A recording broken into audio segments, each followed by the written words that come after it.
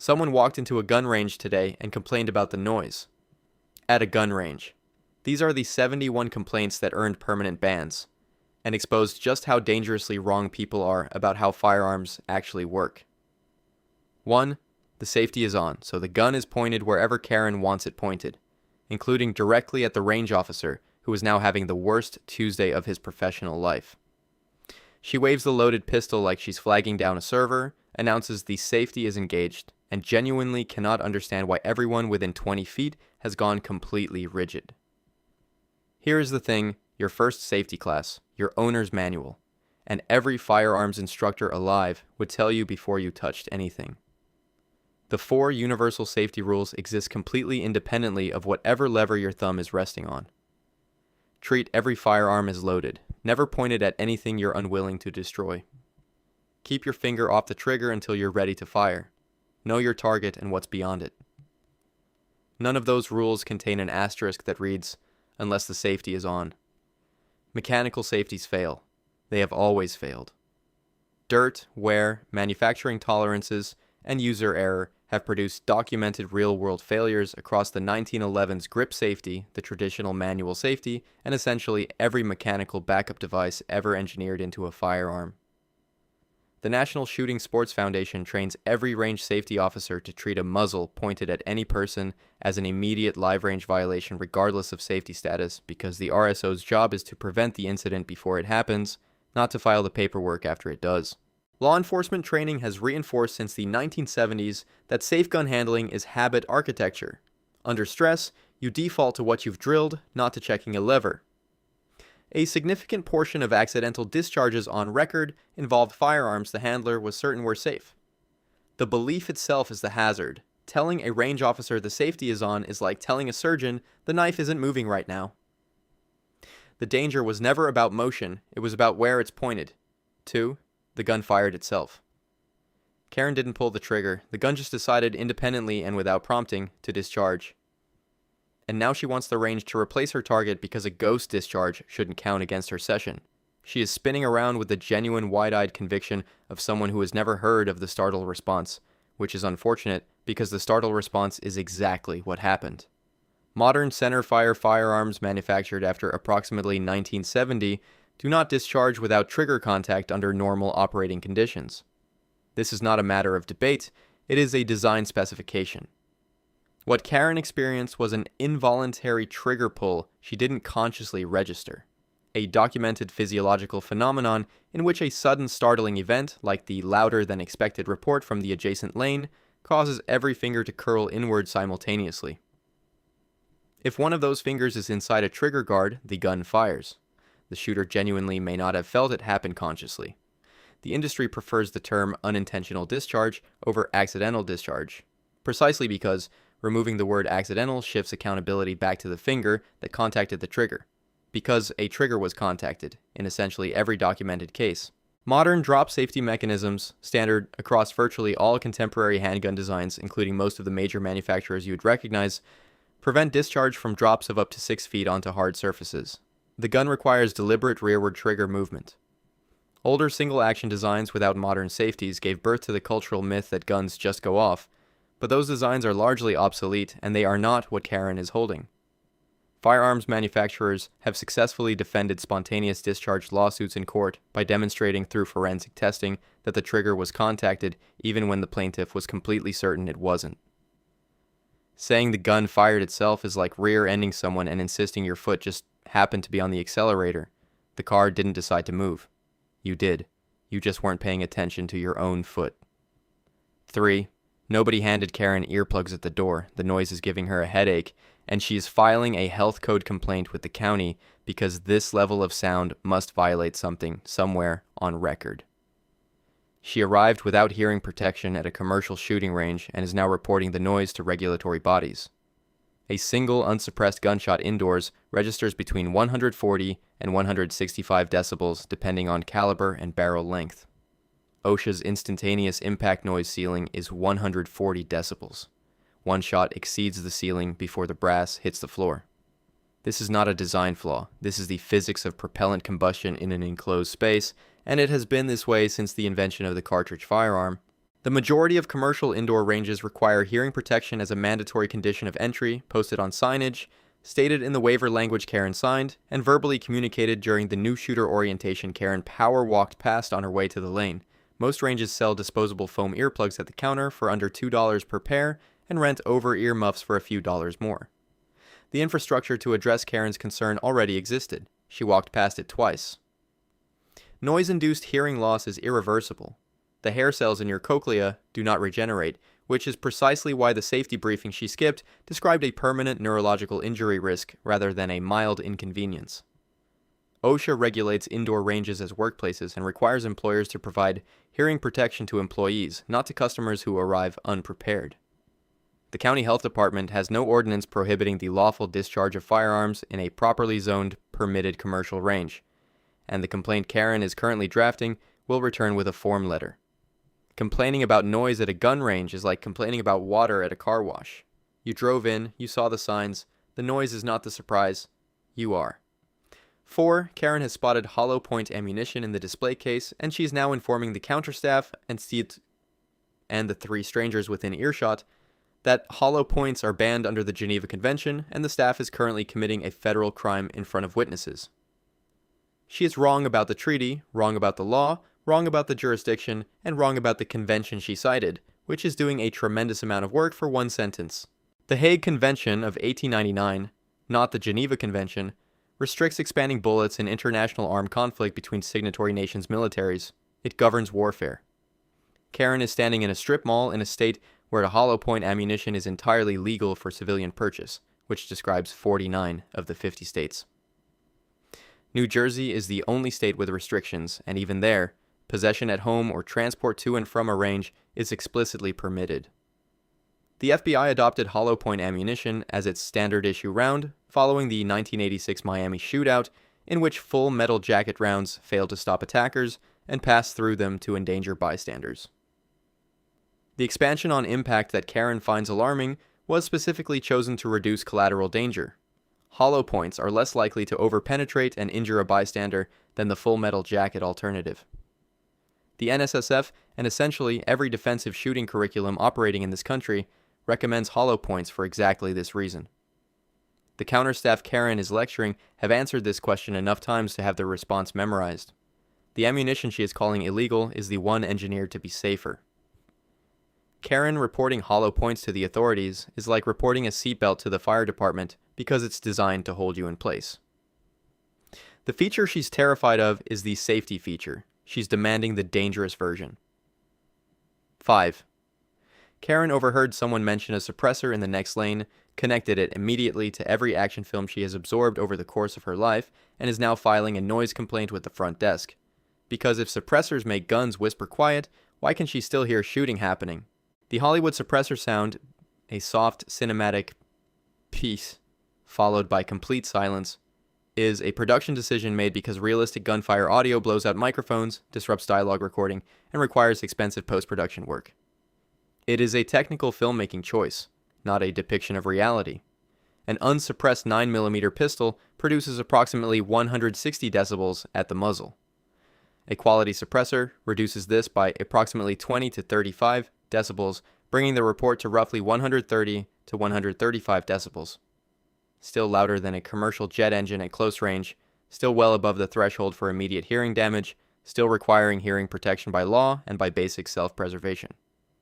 The ATF classifies suppressors as NFA items, requiring a $200 tax stamp, an FBI background check, fingerprinting, and a wait time historically measured in months.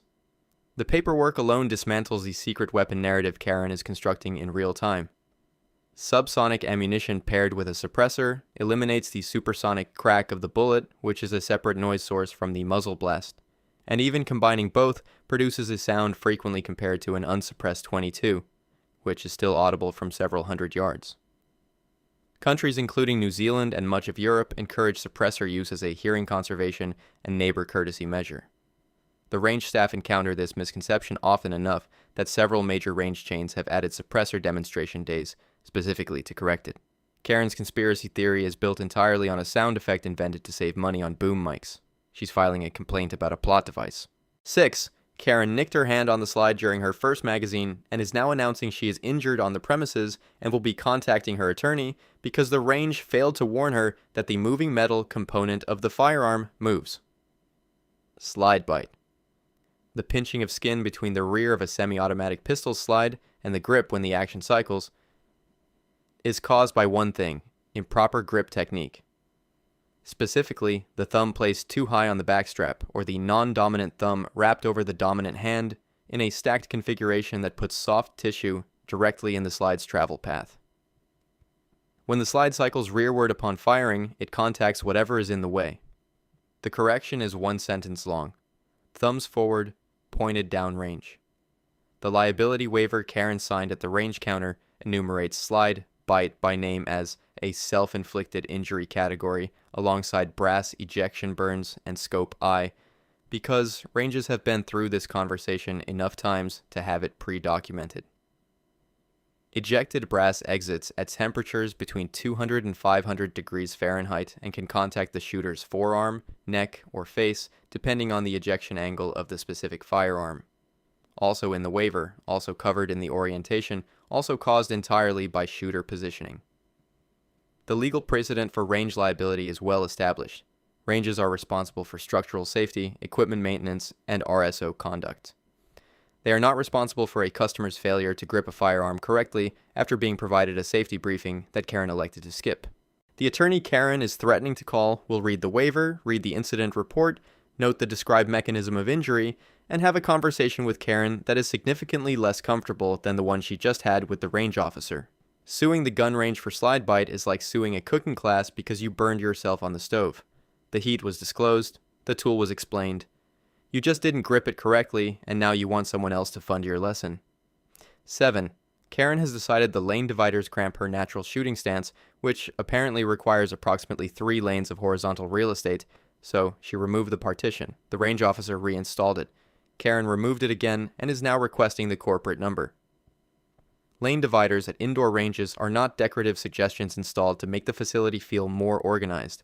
They are architectural safety infrastructure designed to contain the lateral deflection of bullets that strike range surfaces, protect adjacent shooters from ejected brass, traveling at 10 to 25 feet per second at temperatures up to 500 degrees Fahrenheit, and maintain visual separation between individual firing points. Indoor range baffles and dividers are engineered around the deflection angles that occur when rounds strike hard surfaces. A bullet contacting a surface at an oblique angle can redirect laterally, and the dividers define how far that deflection travels before reaching a wall or a trap. Range liability insurance, which every commercial range carries as a condition of operation, specifies physical safety equipment requirements, including lane separation. A range that knowingly allows a customer to remove dividers and subsequently injures an adjacent shooter is now in severe contractual and legal jeopardy with its own insurer. The width of a standard indoor shooting lane, typically 4 to 5 feet, is based on established safety engineering guidelines published by the NSSF specifically for the calibers the range accommodates. It is not arbitrary. Range officers are legally empowered and professionally obligated to enforce the rules as a condition of continued use, and removing safety equipment is a terminable offense under the waiver Karen signed and, in some jurisdictions, potentially a criminal mischief charge for tampering with a safety device. Removing a lane divider because you prefer open space is like removing the guardrail on a highway because it interrupts your view. The rail wasn't there for your aesthetic experience. It was there for the person next to you. 8. The range officer observes Karen peer directly into the muzzle of a pistol with the focused curiosity of someone attempting to read very small print, and when corrected, she explains she was simply performing a visual inspection to confirm the chamber was empty. There is no version of this that is acceptable. There is no framing, no justification, no claimed technical rationale that transforms looking down the barrel of a firearm into a defensible action. The 4 universal safety rules exist specifically because human beings are unreliable self-reporters of weapon status, and the rule "treat every firearm as loaded" means the visual inspection Karen is attempting to perform by muzzling herself is precisely what the entire rule system was designed to replace. You do not need to look into the barrel, you open the action, visually inspect the chamber from the ejection port, the side, not the muzzle, physically sweep with a finger if necessary, and keep the muzzle pointed in a safe direction throughout the entire process. The correct chamber inspection for a semi-automatic pistol involves locking the slide rearward, removing the magazine, and checking the chamber from the side. The muzzle is never oriented toward any human being during this process, including the person performing the inspection. The Darwin Awards has documented multiple real-world fatalities from exactly this act when the firearm discharged during the inspection. Range officers are trained to issue an immediate ceasefire and permanent removal for any instance of a shooter muzzling themselves or anyone else. Non-negotiable, non-discussion, no warning issued. Gun safety instructors use this specific scenario as their teaching example for why all 4 rules must function as an interlocking system, because breaking muzzle discipline and the loaded gun assumption simultaneously is the textbook catastrophic failure mode. Karen checking if the gun is loaded by looking into the barrel is equivalent to checking if a chainsaw blade is sharp by pressing your thumb against it. The tool will give you the answer immediately. You will not enjoy the feedback. 9. Karen has located the source of the draft she finds uncomfortable, determined it is the ventilation system, and is now requesting it be disabled for the duration of her session because she forgot a jacket and sees no reason why her comfort preference should be subordinated to a mechanical system. Indoor range ventilation systems are not climate control features. They are life safety systems engineered to remove lead particulate, carbon monoxide, and nitrocellulose combustion byproducts from the air before they reach dangerous concentrations. Every time a centerfire cartridge fires, the primer and propellant release lead vapor and particulate into the enclosed airspace. Studies of poorly ventilated ranges have recorded airborne lead levels exceeding 1,000 micrograms per cubic meter within minutes of sustained firing. OSHA's permissible exposure limit is 50 micrograms per cubic meter, averaged over 8 hours. Carbon monoxide, the colorless and odorless combustion byproduct released with every discharge, accumulates in enclosed spaces and causes symptoms from headache and nausea at low concentrations to unconsciousness and death at higher exposures. OSHA's indoor range ventilation standards specify minimum airflow rates, negative pressure maintenance from the shooter's position downrange, and front-to-back airflow direction to push contamination away from the people firing. These are inspectable compliance requirements, not suggestions. A range that knowingly disables ventilation on customer request and subsequently fails an OSHA inspection faces fines, potential criminal liability for employee exposure, and loss of its operating permit. The ventilation system Karen wants turned off is also the mechanism capturing the airborne lead before it reaches the employees who work in this building every day, which is a documented occupational health concern with a long litigation history. The solution to Karen's cold is a jacket. Asking the range to turn off the ventilation because you're cold is like asking the pilot to disable the oxygen system because the cabin air feels dry. You think you're requesting a comfort adjustment, you are requesting a slow group poisoning. Bring a jacket. 10. Karen has arrived with a medium-sized dog in a vest, announced it is a federally protected emotional support animal, and expects to bring her companion onto the active firing lanes because separation causes her anxiety and federal law protects her right to have the animal with her. Emotional support animals are not service animals under the ADA. This distinction is not a technicality, it is the entire legal framework. The ADA defines a service animal as a dog individually trained to perform specific tasks for a person with a disability. Emotional support animals, which provide comfort by presence rather than performing trained tasks, are explicitly excluded from ADA Title III public accommodation protections. A commercial gun range is not required to admit an ESA. Dogs hear from approximately 40 Hz to 65,000 Hz compared to a human's 20 to 20,000, and hear approximately 4 times more acutely than people. An unsuppressed gunshot at 160 decibels in an enclosed range is an extreme acute acoustic trauma event for an animal that cannot be told what is about to happen, cannot wear hearing protection, and cannot consent to the environment. A startled dog on an active firing line leashed to a shooter creates an immediate catastrophic safety scenario. A lunge, a jump, or a contact startle response at the moment of trigger press can redirect a firearm's muzzle by several degrees, which, at standard indoor range distances, means the round impacts somewhere other than the target backer. The RSO observing an animal on an active line has both the authority and the obligation to call a ceasefire and remove the handler immediately. This is not a customer service failure. Karen's anxiety about separation is real and deserves a compassionate acknowledgement, but the solution is not an active gun range. Bringing your emotional support dog onto an active firing range to manage your anxiety is like bringing your emotional support dog onto an active runway to manage your fear of flying. Your comfort is real, your solution is catastrophically wrong. 11. Karen has rented a handgun, declined the complimentary safety orientation, fired 2 unsatisfying rounds, and is now demanding the range officer provide a full private instruction session because she paid the lane fee and that entitles her to guided training.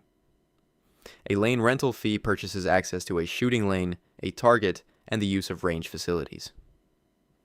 It does not purchase firearms instruction. These are different services with different pricing, different staff credentials, and different operational formats, and conflating them is the consumer equivalent of ordering a coffee and demanding a full tasting menu.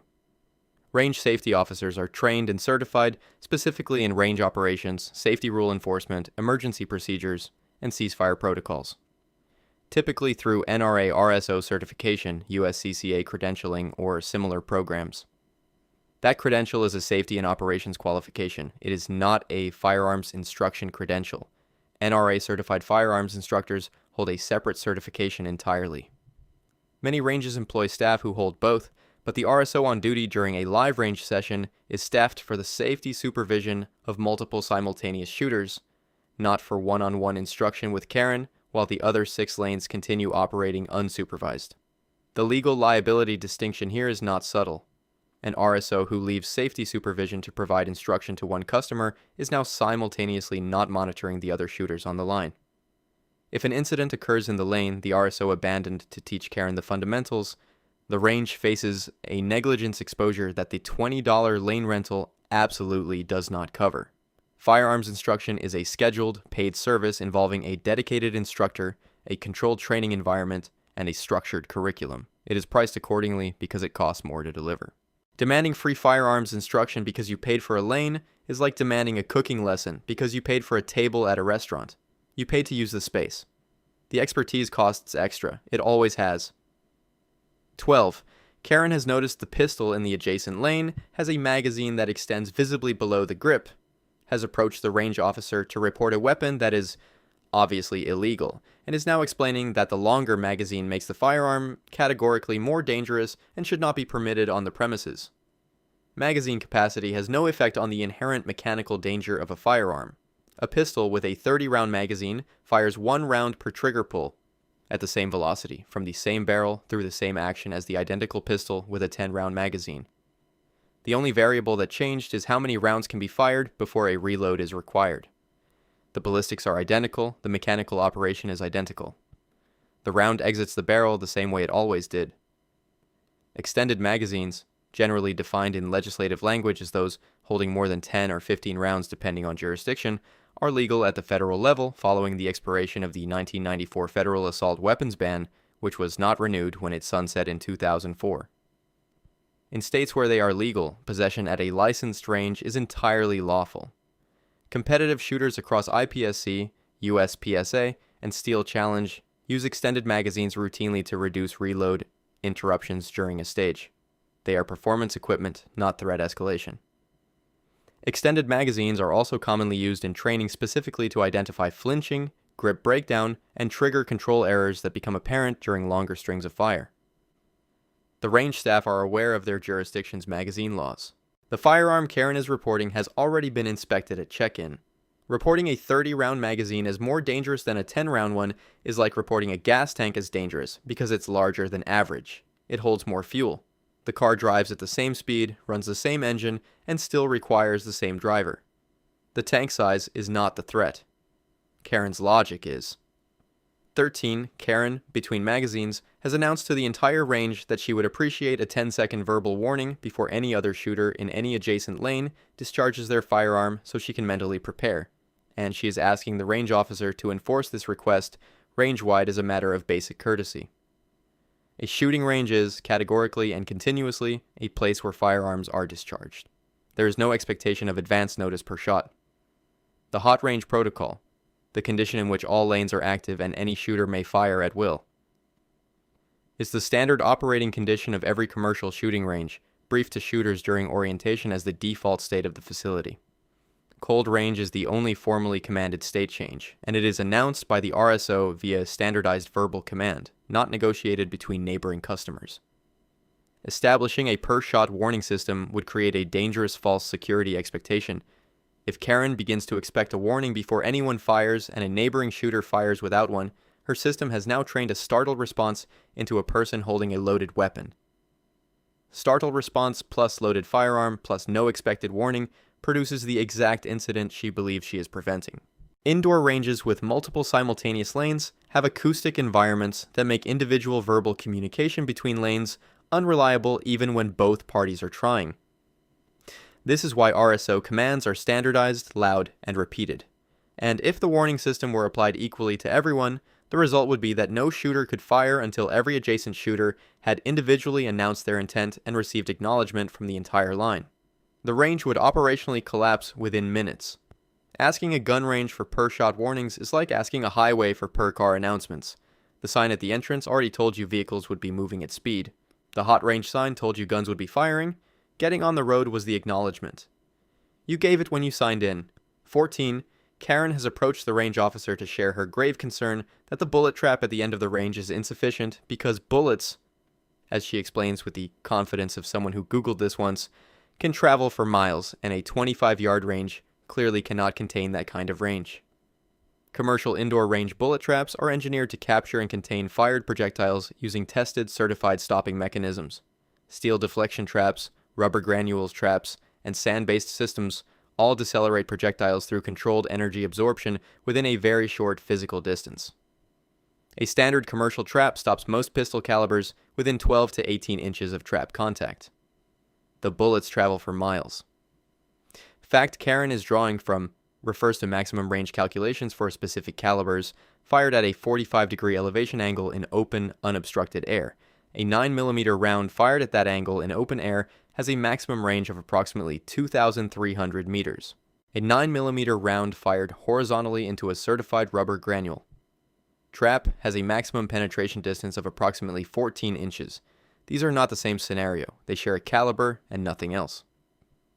Commercial range backstops are designed to comply with NRA range sourcebook engineering standards and, in most jurisdictions, must pass municipal inspection before the range receives its operating permit. The range's insurance carrier also requires periodic trap inspection as a condition of coverage. Backstop failures in documented incident history are not "the trap is too short" failures. They are wrong ammunition in a trap not rated for it failures, which is a different problem entirely and one that the range's posted caliber and ammunition restrictions already address. Telling a certified range its bullet trap is inadequate because bullets travel far is like telling a pool it might drain because water flows downhill. Yes, and the engineering accounted for that before you arrived. 15. Karen has petitioned the range officer to discontinue semi-automatic rentals because revolvers are simpler and safer and offering anything else is creating unnecessary risk, a position she has arrived at after watching what she describes as significant YouTube content on the subject. Revolver versus semi-automatic is a platform choice with different mechanical characteristics, different failure modes, and different handling requirements. Neither is universally safer than the other. The safety of any firearm is determined almost entirely by the competence and discipline of the person operating it. The argument that revolvers are safer typically rests on the premise that they have fewer external parts to mismanage. This ignores that revolvers pointed in unsafe directions and fired when they should not be produce identical outcomes to semi-automatics pointed in unsafe directions and fired when they should not be. The four rules apply to both platforms without modification. Revolvers fired without proper grip management can expose the support hand to the cylinder gap, the space between the cylinder and barrel, through which hot gas and unburned powder travel laterally at high velocity during discharge. Cylinder gap injuries are a revolver-specific hazard that semi-automatics do not share.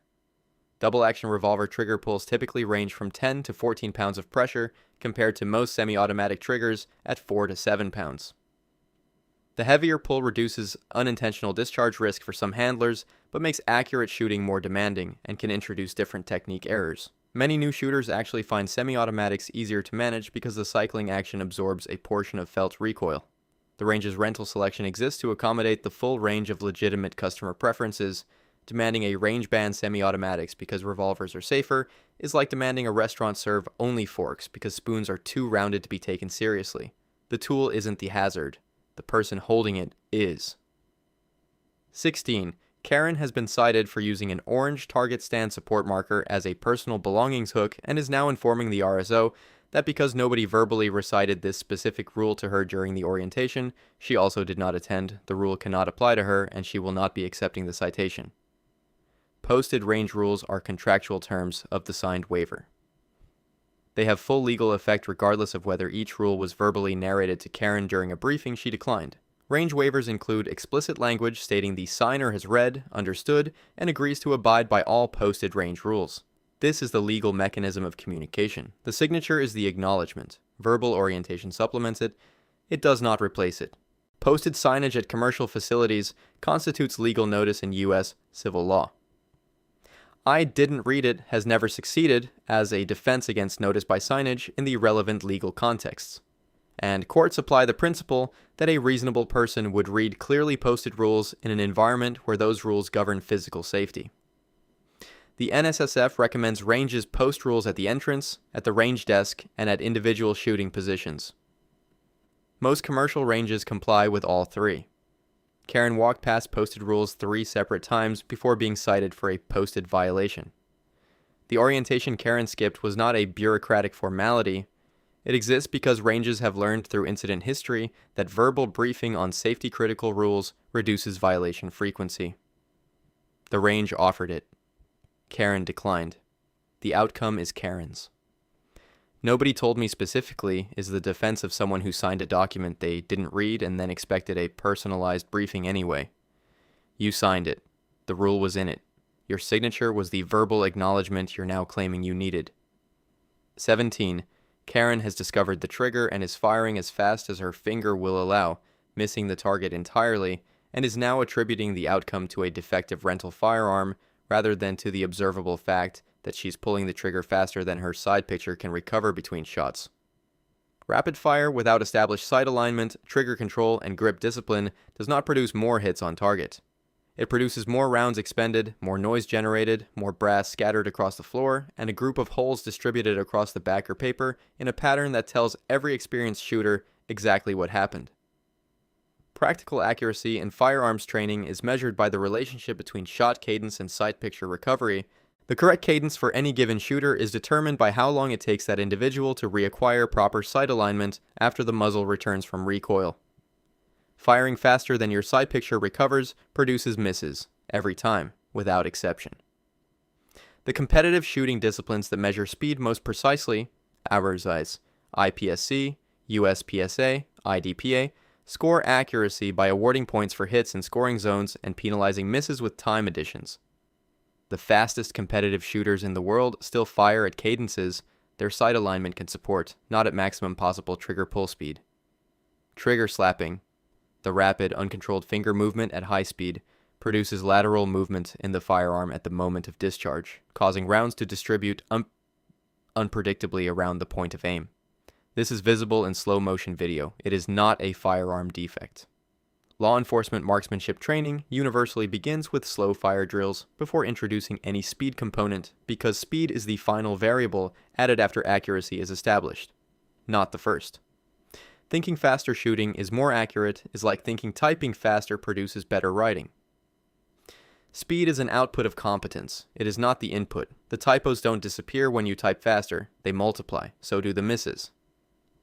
18. Karen has been standing at her lane for 12 minutes, finds the experience physically taxing, and is now requesting an ergonomic assessment of the shooting station, inquiring whether the range offers seichinos, standing desk alternatives with anti-fatigue mats, and determining whether her chiropractor's note constitutes a qualifying reasonable accommodation request under 8A. Standing at a shooting lane is the standard, intended, and operationally correct position for handgun shooting at a commercial range. It is not a hardship requiring medical accommodation. It is the shooting position that produces the training most directly transferable to real-world firearms use.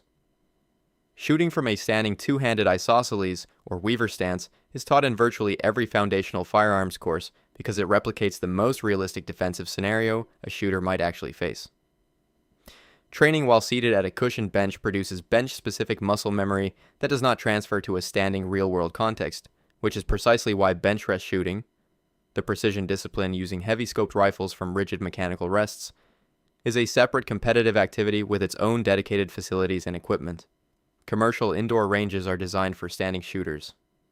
Lane heights, target rail systems, and overhead lighting angles are all calibrated for a person standing upright at the firing line. A seated shooter at a lane not designed for that position creates sightline problems, target angle complications, and RSO monitoring difficulties. Anti-fatigue mats at shooting positions create tripping hazards for a shooter managing firearms, spare magazines, and loose ammunition, all of which must be placed and retrieved without becoming a ground-level obstacle course. The ergonomic solution for back fatigue at a shooting range is to take a break, step back from the firing line, and use the lobby seating that the range provides specifically for this purpose. Requesting a cushioned bench at a standing shooting range is like requesting a recliner at a rowing machine. You can rest, there's a waiting area. The equipment is designed for the activity, and the activity involves standing up. 19. Karen removes the magazine from her semi-automatic pistol, holds it up to show the RSO it is empty, and announces the firearm is now unloaded and she can handle it freely, pointing it in various directions while waiting for her next string. The RSO intervenes.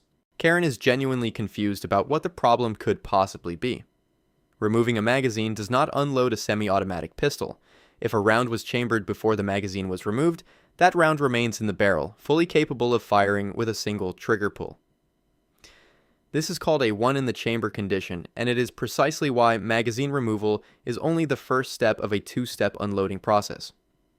The correct procedure is, remove the magazine first to prevent feeding additional rounds, then rack the slide to eject the chambered round, then lock the slide rearward, and visually and physically inspect the empty chamber. Both steps are required.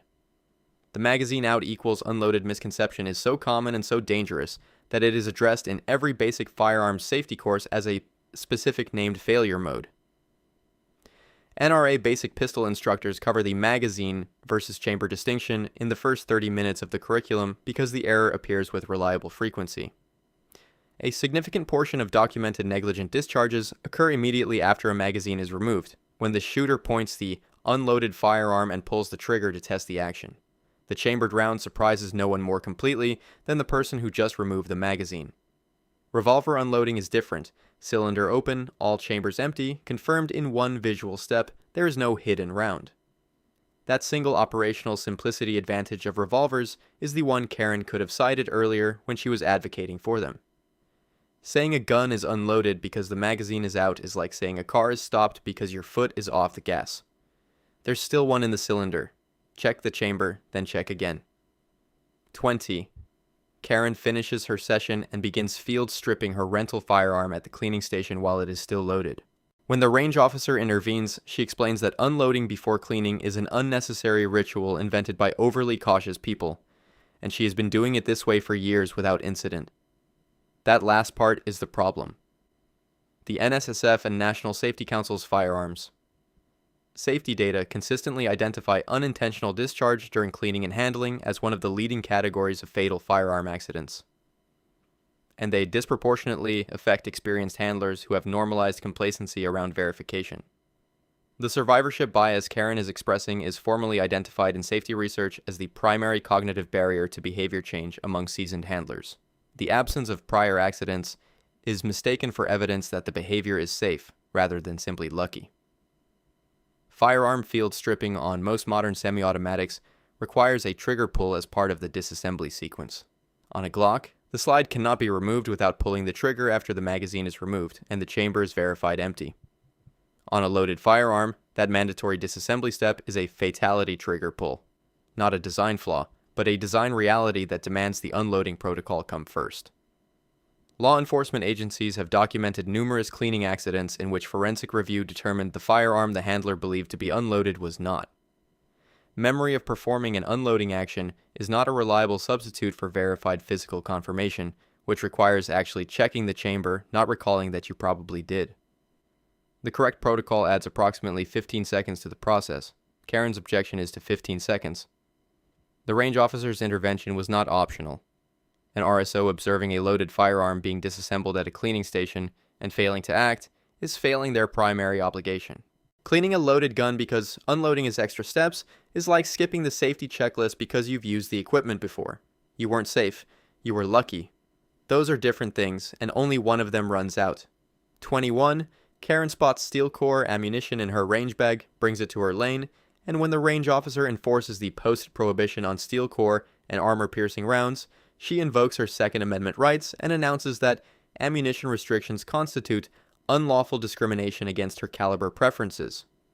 Range ammunition restrictions are operational safety and infrastructure protection policies.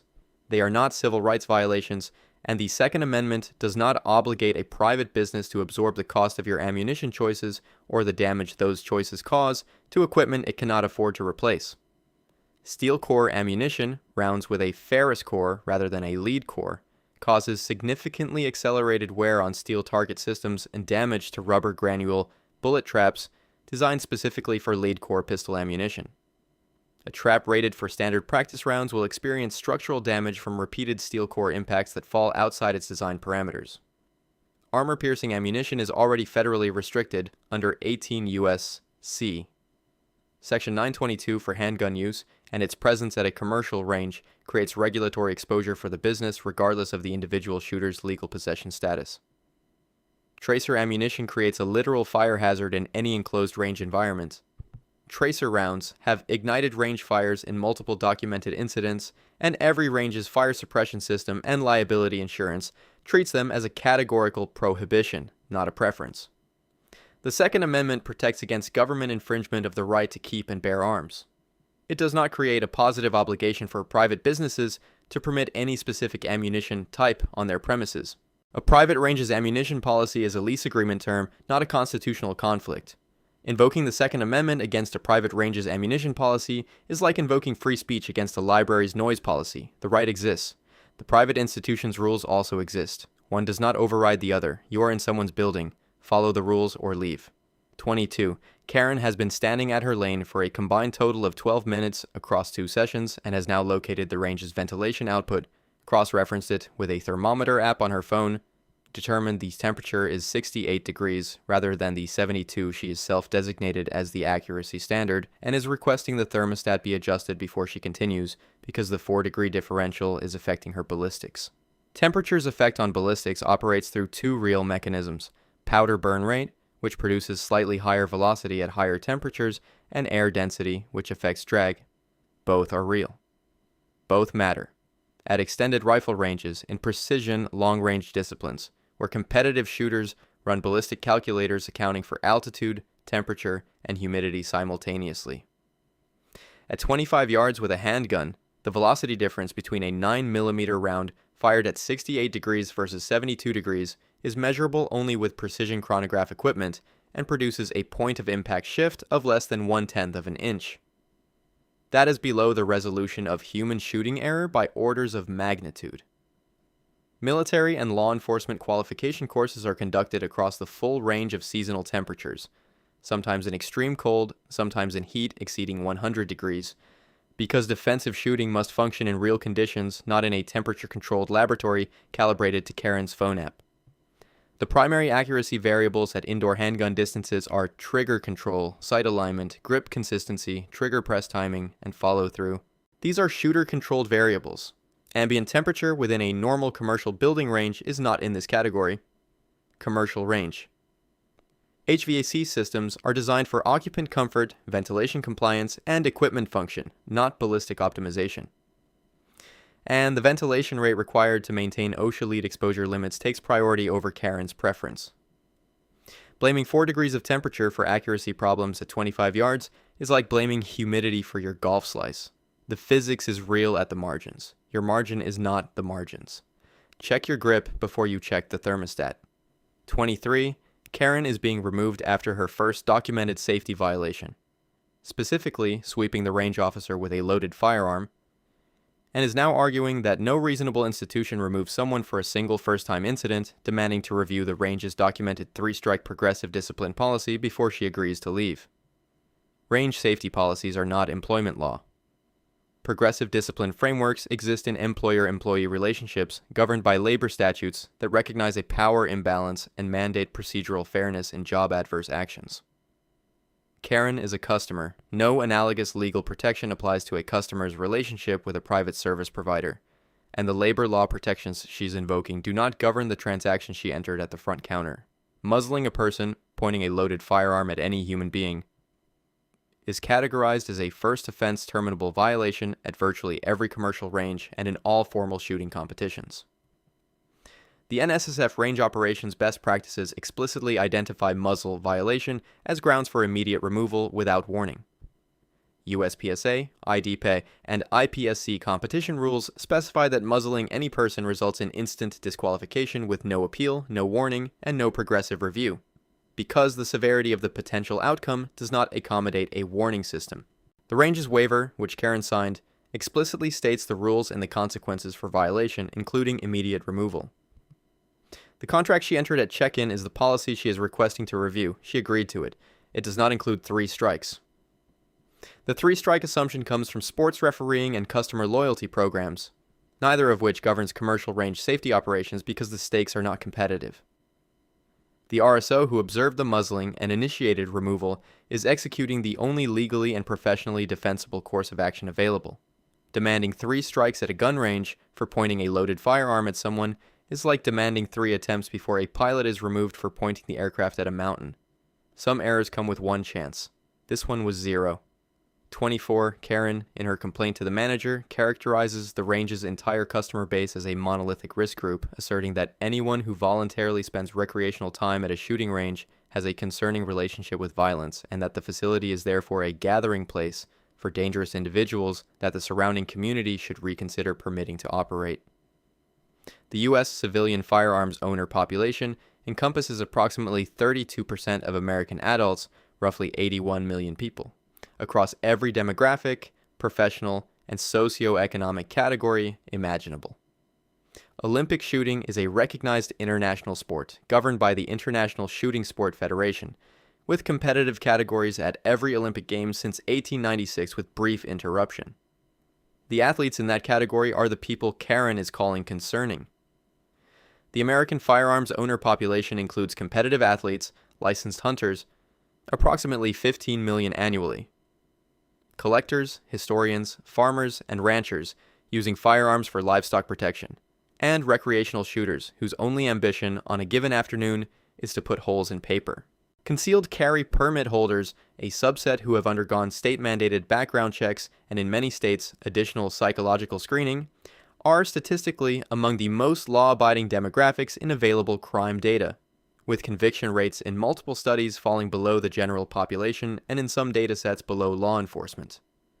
The specific customers present at this range during a typical session include off-duty officers qualifying, competitive shooters practicing stage breakdowns, new shooters on their first lesson, and recreational visitors who simply enjoy the activity. Statistical risk assessment based on a single demographic characteristic, voluntary firearms ownership, without adjustment for all correlated variables, produces what criminologists call an ecological fallacy, attributing group-level statistics to individual-level risk. Calling all gun owners dangerous because some guns cause harm is the same logical structure as calling all car owners dangerous because some car accidents are fatal. Meet the actual population before characterizing it. 25. Karen completes her session, notices the range's hand-washing station, and demands to know why the range does not provide nitrile gloves to all customers as standard protective equipment. Because she intends to eat lunch immediately after shooting and does not wish to wash her hands using the soap that is sitting directly in front of her on the sink she is standing next to. Ranges provide hand-washing stations specifically because washing hands with soap and cold water before eating, drinking, or touching your face after shooting is the correct, effective, and universally recommended lead exposure mitigation protocol for the ingestion pathway. The CDC, OSHA, and NSSF all specify cold water specifically. Cold water keeps pores contracted to reduce absorption, immediately after a session and before any hand-to-mouth contact. This guidance is posted at most range hand-washing stations. Lead exposure after shooting occurs through 3 pathways. Inhalation of airborne particulate, addressed by the ventilation system Karen previously tried to disable. Ingestion from hand-to-mouth contact, addressed by the sink she is currently ignoring. And skin absorption, which is minimal under normal conditions due to lead's poor dermal absorption rate in intact skin. Nitrile gloves can reduce hand surface lead deposition during a session, but do not eliminate it. Lead particulate can enter through the cuff edge, and gloves removed incorrectly can contaminate the hands they were protecting. They are supplementary, not primary, protection. Many experienced competitive shooters do use gloves during high-volume sessions. They bring their own for the same reason they bring their own hearing protection preferences and shooting glasses. The range's obligation to Karen's post-session hygiene ends at providing her access to a functioning sink with soap. The sink is there, the soap is on it. Demanding free gloves because you don't want to wash your hands is like demanding a restaurant provide bibs because you don't want to wipe your face. The solution is right in front of you. Use it. 26. Karen produces her phone, extends it over the lane divider into the adjacent shooter's lane, and begins recording that shooter's technique without their knowledge or consent, explaining to the RSO, who intervenes, that she is documenting a safety concern and the public interest in transparency supersedes another private citizen's expectation of privacy in a commercial facility. Commercial shooting ranges are private property. The property owner, through posted rules and the signed waiver, prohibits photography and video recording of other customers without their consent, a standard privacy protection that parallels gym policies, medical facilities, and any other space where people have a reasonable expectation that a stranger isn't filming them from the next lane over. Many U.S. states have recording consent statutes requiring one or two-party consent for audio capture, and video recording with audio of another person in a private setting without consent may violate these statutes in two-party consent jurisdictions. On an active range, a phone extended over a divider into an adjacent lane is a distraction object appearing in a shooter's peripheral vision during an activity that requires sustained concentration.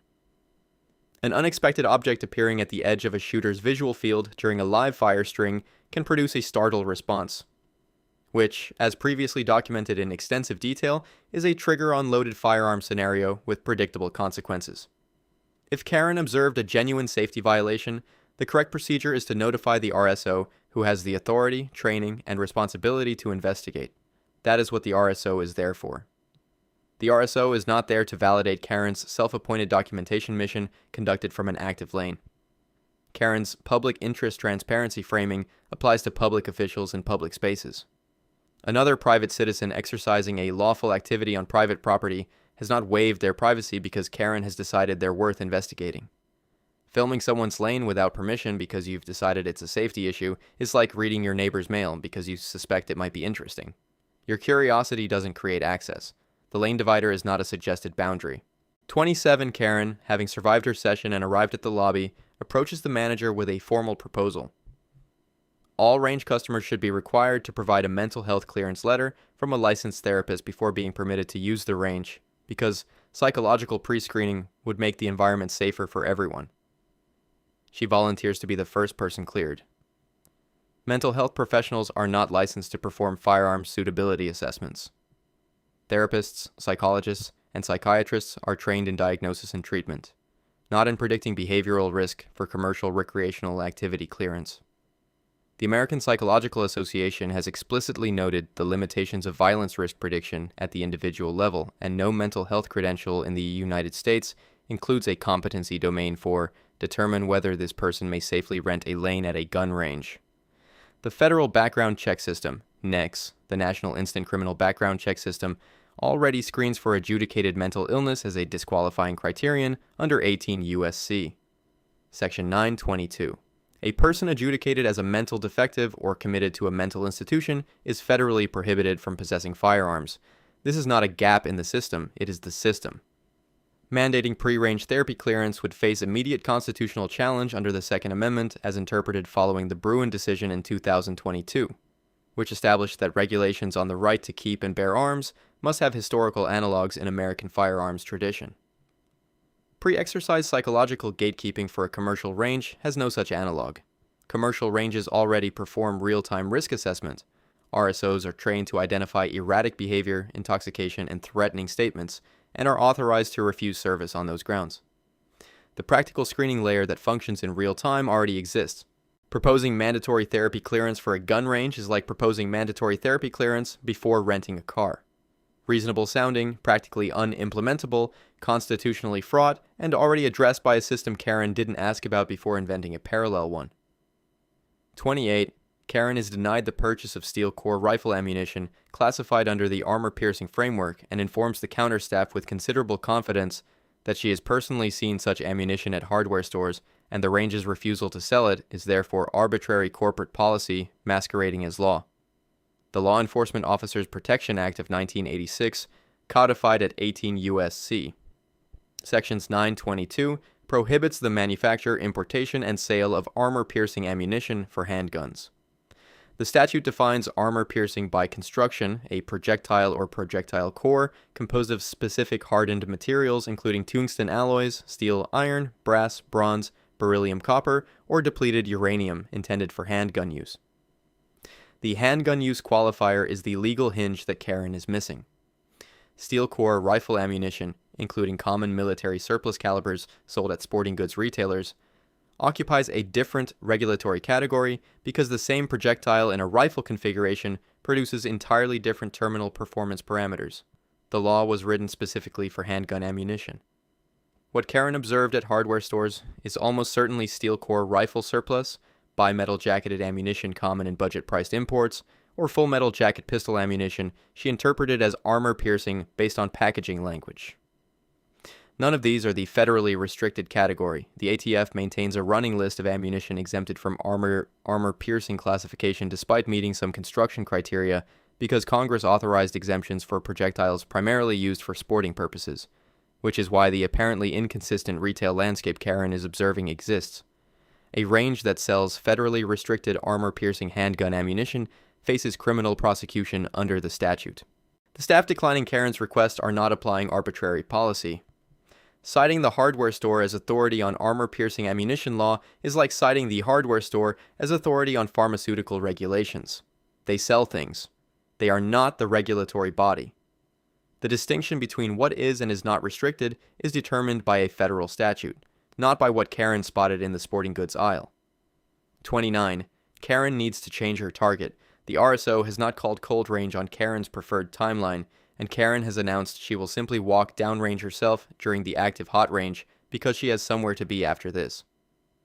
She begins moving toward the firing line. The RSO calls an immediate ceasefire, at which point Karen objects that the interruption inconvenienced every other shooter currently on the line. A projectile from a 9mm pistol travels approximately 1,200 feet per second at the muzzle. At a 25-yard indoor range, the bullet covers the distance between a shooter and a person who has walked downrange in approximately 0.06 of a second. Human visual reaction time is approximately 250 milliseconds, more than 4 times longer than the bullet's transit time. There is no scenario in which a shooter can visually identify that someone has entered their lane and interrupt a trigger pull already in progress. Hot range protocol means that at any moment, any shooter in any lane may be pressing the trigger. The temporal unpredictability is the entire hazard. Cold range procedure requires RSO ceasefire command, all shooters stop firing, all weapons set down or holstered, all shooters step back from the line, RSO confirms safe condition, RSO declares cold range, downrange access permitted. This takes 30 to 60 seconds. Range shooting deaths from downrange access during hot conditions have been documented in incident reports at facilities with inadequate RSO coverage. The RSO's ceasefire command protected Karen from the other shooters on the line. The inconvenience to those shooters was 60 seconds. The alternative Karen was pursuing is not recoverable. Walking downrange during a hot range because you're in a hurry is like walking across a highway because the crosswalk signal is taking too long. Your schedule is real. The traffic doesn't know about it. The RSO calling a ceasefire is the closest thing to someone stopping the cars for you. 30. Karen's rental pistol experiences a failure to feed during her session. She flags down the range officer to report a malfunctioning weapon, announces the range is responsible for the dangerous defect, and states she will not pay for the lane time during which the malfunction occurred. Firearm malfunctions. Failures to feed, failures to eject, stovepipes, and double feeds are known, documented, and trainable events in the operation of semi-automatic pistols. They are not evidence of range negligence. They are physics interacting with technique. The single most common cause of range malfunctions in rental firearms is limp wristing. Insufficient grip firmness that fails to provide the resistance the slide needs to cycle fully against. When a shooter's grip is too loose, the slide's rearward cycling motion is absorbed by wrist movement rather than by frame resistance, disrupting the cycling sequence. The firearm did not malfunction, the grip did. Limp wrist malfunctions are shooter-induced and have a one-sentence correction that the orientation Karen declined covered in detail. Range rental firearms are maintained on cleaning and inspection schedules, driven by round count, typically every 200 to 500 rounds, depending on the firearm, because ranges have strong financial and liability incentive to keep their rental fleet functional. The maintenance record is available.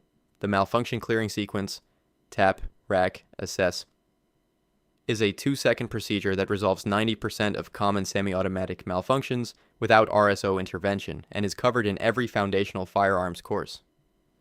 The RSO cleared Karen's malfunction in approximately 30 seconds. Charging lane time during a quickly resolved common operational event is standard. Blaming the range for a malfunction you induced is like blaming the bowling alley for a gutter ball and requesting a refund for the frame. The lane was functional, the form wasn't.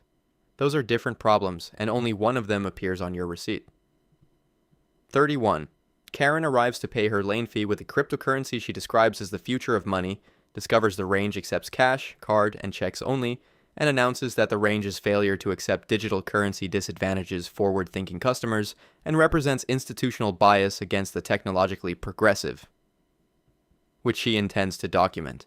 U.S. federal law designates Federal Reserve notes as legal tender for all debts, public charges, taxes, and dues. Private businesses can legally decline cash, as many card-only businesses do, and can decline any non-legal tender payment form, including cryptocurrency. The IRS classifies cryptocurrency as property, not currency. It is not legal tender under U.S. law.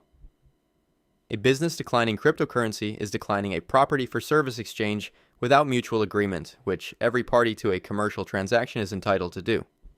Payment discrimination protections under federal law cover protected classes: race, color, religion, sex, national origin, disability. Preference for a payment method is not a protected class under any federal or state statute currently in force anywhere in the United States. Firearms businesses face additional regulatory complexity. Cash-intensive operations in the firearms industry are subject to Bank Secrecy Act reporting requirements for large cash transactions, and some ranges prefer card transactions specifically because they provide a clean audit trail compatible with ATF record-keeping requirements. That is a compliance preference, not an anti-progressive bias. Cryptocurrency payment processing for small businesses involves real operational costs, processor fees, price volatility between transaction and settlement, and accounting complexity that most small commercial ranges have neither the staff nor the infrastructure to manage. Karen's inconvenience is real. Her characterization of it as discrimination is not. Being declined cryptocurrency at a gun range is not bias. It is a business declining a payment method it is not equipped to process. A restaurant that doesn't accept personal checks is not biased against check writers. It just has a payment policy. Reading it before you arrive is your job. 32. Karen, dissatisfied with the range manager's resolution of her complaint, demands the personal home address of the manager and the range owner, citing her right to pursue legal action and her understanding that business operators are required to provide personal contact information to aggrieved customers upon request. No law in any U.S. jurisdiction requires a business operator to provide their personal home address to a customer under any circumstances. Business registration records filed with state secretaries of state are public records and include the registered agent name and address. The legal contact point for official communications, including service of process. This is the information available to someone pursuing legal action. It does not include home addresses, because home addresses are where private individuals go to stop being at work, and every person's reasonable expectation of residential privacy applies to business operators as much as anyone else. State privacy laws, including the California Consumer Privacy Act, move in the opposite direction of Karen's request. They protect individuals' personal information from disclosure, not compel businesses to expose employees' private details to aggrieved customers. If Karen intends to pursue legal action, the procedural path is retain an attorney, file in the appropriate forum, and serve process through the business's registered agent. All of this is accomplished without the manager's home address because that is how civil procedure works. A demand for a manager's home address accompanied by expressions of grievance and intent to pursue personal accountability crosses into behavioral territory that many states' harassment and stalking statutes recognize as concerning. The range's documentation of this interaction is entirely appropriate. Demanding a manager's home address because you have a complaint is like demanding a surgeon's home address because you didn't appreciate the bedside manner. The complaint process exists. It goes through the business address. The home address is where the person stops being your problem, it ends there. 33, Karen, walking past the rifle display case, identifies several semi-automatic rifles as machine guns, and demands to know how the range is legally displaying fully automatic military weapons, and whether the facility holds the appropriate federal license for machine gun sales. Semi-automatic and automatic fire are mechanically distinct operational modes separated by entirely different internal components and entirely different regulatory frameworks. A semi-automatic firearm fires 1 round per trigger pull, requires the trigger to be released and repressed for each subsequent round, and is the operational mode of the vast majority of civilian firearms sold in the United States. Automatic fire, multiple rounds per single trigger pull, uses a disconnector mechanism that bypasses trigger reset, allowing continued fire while the trigger is held. These are not aesthetic differences, they are mechanical and legal differences. The National Firearms Act of 1934 and the Hughes Amendment to the Firearm Owners Protection Act of 1986 together restrict civilian ownership of automatic weapons manufactured after May 19, 1986. Pre-1986 registered machine guns are transferable to civilians, but require full NFA registration and ATF approval, typically cost between $10,000 and $50,000 due to fixed supply, and are not sitting in a retail display case at a commercial shooting range. The rifles Karen is examining are almost certainly semi-automatic sporting rifles, AR pattern, AK pattern, or similar, that share a visual profile with military select fire platforms but operate exclusively in semi-automatic mode. The visual similarity is the entire source of the confusion and does not reflect any mechanical or regulatory equivalence. An FFL with special occupational taxpayer status is required to transfer post-1986 machine guns to other licensees.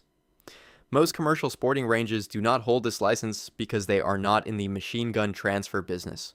Calling a semi-automatic rifle a machine gun based on appearance is like calling a station wagon a race car, because it has 4 wheels and goes fast. The shape is similar, the regulation is different, the person behind the counter has explained this enough times to have it fully memorized. 34 Karen, completing her session, informs management that the experience of discharging a firearm is inherently traumatic. The noise, the recoil, the psychological weight of wielding a lethal weapon, and that a commercial range has a duty of care to provide licensed mental health professionals on site for customer debriefing after each session.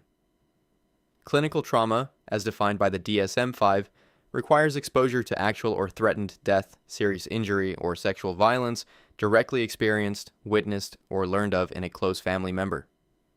Firing a handgun at a paper target at a commercial range with full voluntary consent and active participation does not meet the DSM-5 criteria for a traumatic event under any interpretation of the diagnostic framework. The physiological response Karen is describing, elevated heart rate, heightened alertness, adrenal arousal following an intense novel stimulus, is a normal stress response. It is the same response produced by a roller coaster, a loud concert, or a first driving lesson on a highway. It is not clinical trauma, it is a stress response that resolves without professional intervention in the vast majority of people who experience it. Mental health professionals are licensed in specific therapeutic modalities and are not deployed as customer service adjuncts in commercial recreational businesses. A therapist serving as a post-session debriefer at a gun range would be operating outside any recognized clinical framework without the therapeutic relationship, consent process, or assessment structure that defines legitimate mental health practice. The range's duty of care extends to physical safety, safe equipment, RSO supervision, posted rules, and emergency response. Emotional regulation after a voluntarily chosen recreational activity is not within that scope under any recognized legal standard. Demanding a therapist at a gun range because shooting is stressful is like demanding a cardiologist at a roller coaster park because your heart raced on the drop. The stress response was the experience you selected. It resolves on its own. If it doesn't, that's information your own doctor needs, not the range's liability. 35. Karen has Googled gun range lead poisoning lawsuit between sessions and returns to announce she intends to organize a class action against the range for lead exposure, that she is uniquely positioned to represent the affected class, and that she will be the lead plaintiff in proceedings she intends to initiate as soon as she identifies a law firm willing to take the case. Lead exposure litigation against shooting ranges has occurred in U.S. courts. primarily involving employees exposed to chronically inadequate ventilation over months or years of occupational exposure, producing elevated blood lead levels documented through repeated occupational health monitoring, expert industrial hygiene testimony, and medical records accumulated over extended periods. These cases required documented injury, measurable above baseline blood lead levels confirmed through testing, and demonstrable employer negligence. Karen has been at the range for approximately 90 minutes. She has not undergone blood lead level testing. She has not demonstrated the range's ventilation is non-compliant. She has not identified a class of plaintiffs with common documentable injuries. The OSHA blood lead action threshold, the level requiring medical removal and investigation, is 40 micrograms per deciliter. A single range session in an OSHA-compliant facility produces blood lead elevation that available research consistently finds to be undetectable above baseline. Class action certification requires a defined class, numerosity, typicality, and adequacy of representation. A class of recreational shooters with unknown exposure durations from a facility of unknown compliance status has significant certification challenges that no law firm will overlook in the intake evaluation. The law firm Karen is threatening to engage will ask for her blood lead test results before filing anything. She doesn't have any. Announcing you'll lead a class action over a 90-minute visit before anyone has drawn your blood, tested the air, or retained counsel is like announcing you'll be the plaintiff in a food poisoning lawsuit before you've finished eating. The harm is theoretical. The lawsuit requires considerably more than a search engine and a grievance. 36. Karen receives her permanent ban, delivers her exit declaration, and that she will simply patronize a different range, one that understands customer service and doesn't operate under what she describes as arbitrary rules unique to this particular facility, and implies that the broader industry will accommodate her preferences at the next stop down the road. The safety rules Karen has violated today are not this range's proprietary policies. They are universal, industry-wide, NSSF-endorsed, legally informed operational standards applied at every legitimate commercial range in the country. The fundamental protocols, the 4 universal safety rules, hot and cold range procedures, muzzle discipline requirements, hearing and eye protection mandates, downrange access procedures, are not invented by individual operators.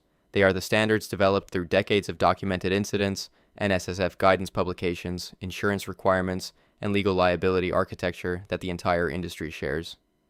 The NSSF's Range Source Book articulates the operational standards that legitimate ranges adopt across the country.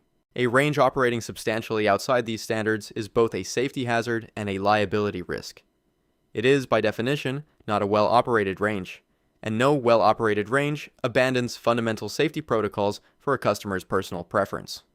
Range ban registries, informal and formal regional networks through which ranges share information about removed customers, exist specifically because behavioral patterns like Karen's don't stay in one zip code. The commercial range's liability insurance specifies compliance with minimum safety operational standards as a condition of coverage.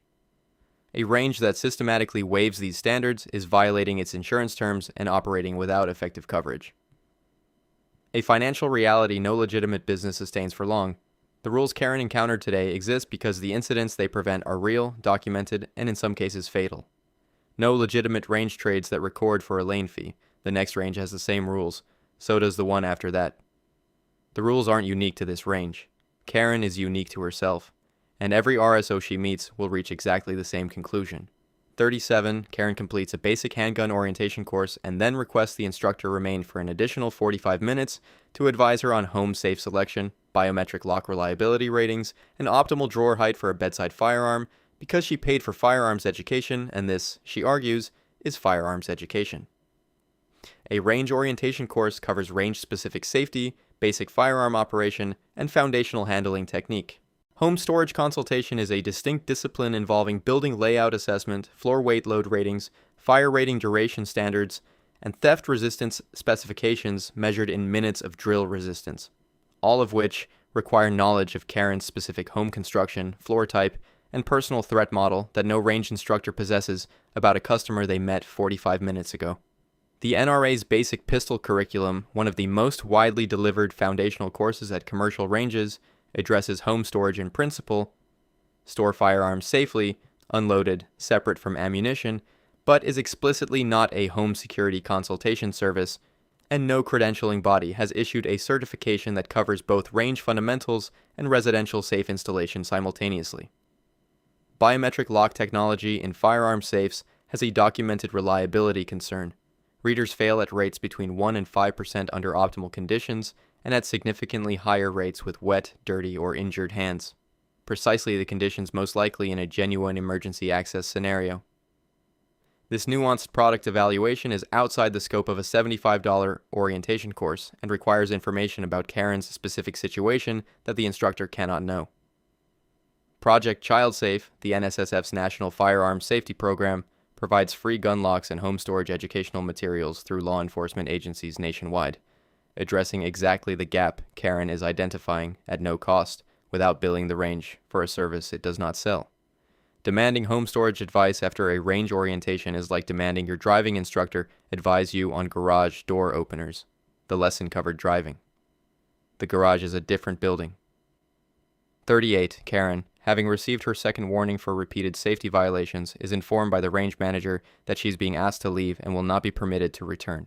She announces that she paid for a lane, has not completed her session, and asking her to leave while she remains a paying customer constitutes the range trespassing against her, which she intends to report to local law enforcement before the afternoon is out.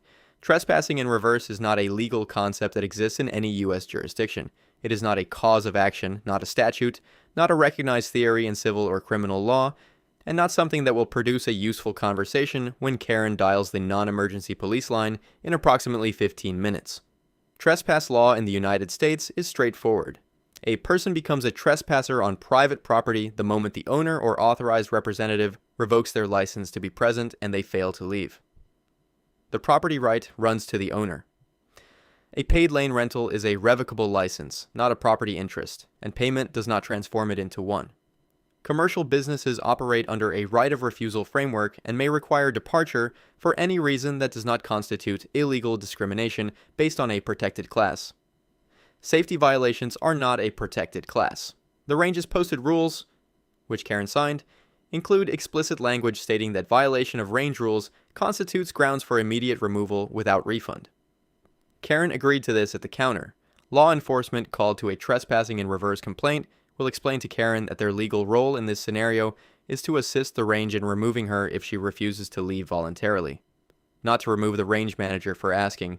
Claiming a business is trespassing against you by asking you to leave is like claiming a restaurant is stealing your food by presenting the check. You were there under terms you agreed to. When you violated those terms, the permission ended. The door is the same one you came in through.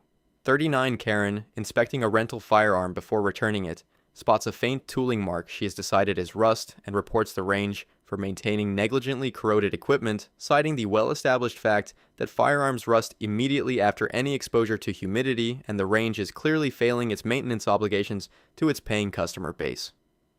Modern production firearms are manufactured from materials specifically selected for corrosion resistance under normal operating conditions. The majority of contemporary commercial handguns feature polymer frames that eliminate frame rust entirely, stainless steel slides and barrels that resist oxidation, and surface treatments, Tenifer, Melanite, QPQ, that produce corrosion resistance exceeding stainless steel by some independent testing metrics. Blued carbon steel does oxidize more readily and requires more diligent maintenance, but even blued steel requires sustained moisture exposure, not incidental humidity during a single session, to develop surface rust visible to the naked eye. The discoloration Karen identified is most likely copper fouling from bullet jackets deposited in the barrel during firing, carbon fouling from propellant combustion around the breech face, or a factory machining mark, all of which are normal indicators distinguishable from rust by texture, color, and location, and none of which represent a safety deficiency. Commercial range rental firearms are maintained on cleaning schedules driven by round count, typically every 200 to 500 rounds, and maintenance logs are kept for both operational and liability documentation. The range's financial incentive structure runs strongly against neglected maintenance. A corroded rental firearm is a customer service failure and a liability exposure that costs real money to litigate. Reporting a rental gun for rust because you saw a dark mark is like reporting a rental car for engine failure because you heard an unfamiliar sound. Your confidence in the diagnosis is inversely proportional to your qualifications to make it. The maintenance team has a schedule. It predates your visit by months. 40. Karen surveys the target selection at the range counter, discovers the range sells human silhouette targets, the IPSC and IDPA style cardboard torso shapes standard across defensive shooting training, and demands they be removed from sale and use because they desensitize shooters to violence and are probably illegal under a law she will identify and cite at a later date. Human silhouette targets are legal everywhere in the United States, used by every major law enforcement agency, every military branch, and every credible defensive shooting training program operating in this country. The IPSC target, a cardboard silhouette with scoring zones, has been the standard practical shooting competition target since the sport's formalization in the 1970s and is used in competition by hundreds of thousands of shooters internationally every year. Law enforcement qualification courses universally use human silhouette targets because officers are trained to respond to human-shaped threats, and the target format is the occupational training standard across FBI, DEA, ATF, and every state law enforcement training academy. U.S. military marksmanship training has used silhouette targets since at least the World War II era. Specifically, the Train Fire program developed in the 1950s introduced realistic silhouette targeting to replace bullseye formats because field accuracy required target recognition, not abstract aiming points. The alternative Karen prefers, geometric bullseye targets, are used for precision bench rest accuracy measurement but provide no feedback on shot placement relative to human anatomy, which is information that defensive shooting training specifically requires. There is no federal, state, or local law in any U.S. jurisdiction prohibiting the manufacture, sale, or use of human silhouette shooting targets. Karen's legal citation remains pending. Demanding a range remove silhouette targets because they train people to shoot humans is like demanding a medical school remove anatomical models because they train surgeons to cut humans. The shape represents the context of the training. The cardboard is not a victim, it's a lesson. 41. Karen waves off the range's loaner safety glasses before her session, gesturing to her designer prescription eyewear and explaining that she already wears glasses. The requirement is therefore redundant, and the loaner glasses are aesthetically inconvenient given the significant cost of her frames. Prescription eyewear is not rated impact protection. Standard optical lenses, glass or polycarbonate, are manufactured to optical clarity specifications, not ballistic resistance standards. Range-required shooting glasses must meet ANSI Z87.1 impact resistance standards, which specify a high-velocity test involving a quarter-inch steel ball fired at 150 feet per second and a high-mass drop test. Standard prescription frames are not manufactured to this standard unless specifically ordered as safety prescription lenses through a provider who explicitly builds to ANSI Z87.1. The hazard shooting glasses protect against is not a direct bullet impact. No eyewear is rated for centerfire velocities. The protection is from ejected brass traveling at temperatures between 200 and 500 degrees Fahrenheit, primer fragments, unburned powder residue, and ricochet debris from the target backer or range structure. All real, documented injury sources at commercial ranges. Many commercial prescription lens materials, including standard CR39 optical plastic, shatter into sharp fragments on impact, which means a lens strike without rated protection can be more injurious than no lens at all. The range's ANSI Z871 rated loaner glasses are deliberately oversized to fit over most prescription frames. Karen's designer eyewear can stay on her face, and the safety glasses go on top. This accommodation is why the loaners are that shape. The range's eye protection requirement is also an insurance mandate. The liability carrier specifies rated eye protection as required equipment and permitting a customer to shoot without it, while sustaining a documented injury creates uninsured liability exposure. Declining safety glasses because you already wear glasses is like declining a hard hat because you already wear a hat. One is head covering, the other is head protection. The hat doesn't pass the standard, neither do the designer frames. 42. Karen spots a revolver in the rental case, recalls a television drama in which a criminal character specifically selected a revolver to avoid leaving brass at a crime scene, and asks the counter staff whether the range stocks revolvers for customers who prefer not to leave evidence, which she frames as a privacy concern about her personal ammunition consumption data. This is the plot of a crime procedural. Karen has arrived at a commercial shooting range, a facility with surveillance cameras covering the floor, counter, and in many facilities, individual lanes, signed waivers with government-issued ID on file, ammunition, purchase receipts, and a range officer who just heard her explain that she wants a firearm specifically to avoid leaving evidence. The paper trail that exists before Karen touches a firearm includes her government-issued ID, her signed waiver retained in the range's records, and in states with applicable regulations, additional transaction documentation. Revolvers do retain spent brass in the cylinder. This is factually accurate, and the reason crime fiction uses them as a plot device. This characteristic serves no privacy function at a range where every other element of Karen's visit is documented, filmed, and filed before she reaches the lane. The statement, "prefer not to leave evidence," made to a licensed range employee, is a red flag statement under RSO and FFL training protocols. Range staff at federally licensed facilities are trained to identify concerning statements about intent and evidence. Avoidance framing is precisely the type of comment that training materials identify as warranting documentation and action. ATF Form, Force Thornton 3, and NICS background check records create a documented legal record of firearm transactions that exist entirely independently of brass recovery at a scene. Asking a range for a revolver because you don't want to leave evidence is like asking a bank teller for non-sequential bills because you prefer financial privacy. The request is theoretically legal. The stated rationale turned it into something the employee is now writing down, and should be. 43. Karen unfurls a hand-drawn target at her lane featuring a detailed rendering of what appears to be a specific, identifiable human individual, explains she made it herself, that it is her personal property and creative expression, and that the range cannot restrict her artistic choices in target media.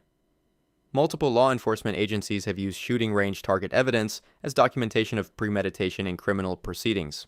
Targets depicting eventual victims, found at a shooter's home or storage location, have been admitted as evidence of intent in homicide trials in U.S. courts. Targets depicting specific identifiable individuals are not abstract expression in a legal vacuum. They are potential threat documents, and range staff who treat them as such are executing exactly what their training and their legal environment requires. Several high-profile workplace violence and domestic violence cases involve pre-incident discovery of personalized targets depicting the eventual victim, and law enforcement threat assessment training specifically includes target content as a behavioral indicator warranting documentation and escalation. Many range policies explicitly prohibit targets depicting realistic human faces or identifiable individuals separately from the generic silhouette targets used in standard training. This policy distinction exists precisely because of the threat documentation concern and the legal precedent surrounding it. The First Amendment does not protect all expression in all private contexts. A private range's target restrictions are a condition of service on private property. The government is not restricting Karen's art.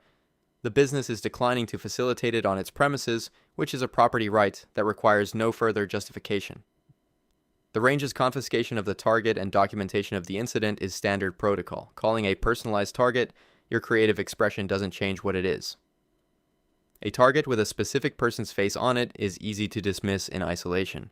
When someone gets hurt, the range's incident report becomes the first document the detective requests. Your art became their evidence. 44. Karen presents her lane fee invoice and declines to pay, citing the Second Amendment as her authority for the position that the constitutional right to keep and bear arms encompasses the right to fire a weapon at a commercial facility without charge, and that billing for a constitutional right is equivalent to a poll tax on free speech. Constitutional rights protect individuals from government infringement. They do not obligate private businesses to provide goods, services, or facility access without compensation. The Second Amendment reads, "A well-regulated militia, being necessary to the security of a free state, the right of the people to keep and bear arms shall not be infringed." The operative clause addresses government action. It contains no provision requiring private commercial enterprises to provide anything to anyone at any price. The poll tax analogy, Karen is constructing references Harper versus Virginia Board of Elections from 1966, which struck down poll taxes as unconstitutional because voting is a government-administered right, and charging for it excluded citizens from democratic participation. A commercial range is not a government actor. The exercise of a constitutional right at a private facility does not transform that facility into a government service. Heller in 2008 and Bruin in 2022, the Supreme Court's landmark Second Amendment decisions, both address the scope of the right against government regulation. Neither creates a private cause of action against a commercial business for charging market rates for access to its facilities.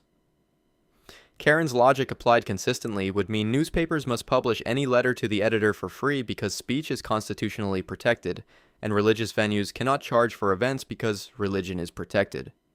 Neither conclusion has been accepted in over 2 centuries of constitutional jurisprudence. Citing the Second Amendment to avoid paying for range time is like citing the First Amendment to get a free newspaper subscription. The right limits government. It does not hand you a tab at a private business. 45. Karen, denied the purchase of steel core rifle ammunition, informs the counter staff that she has done research on this topic and that all semi-automatic rifles in the display case are machine guns, making the range a machine gun dealership operating without proper federal licensure, and she intends to report this to the appropriate authorities before the end of the business day. These 2 separate complaints have been combined into one because Karen has now made both of them within 4 minutes of each other, and the counter staff's expression deserves to be acknowledged. Semi-automatic and automatic operational modes are separated by entirely different internal mechanical components.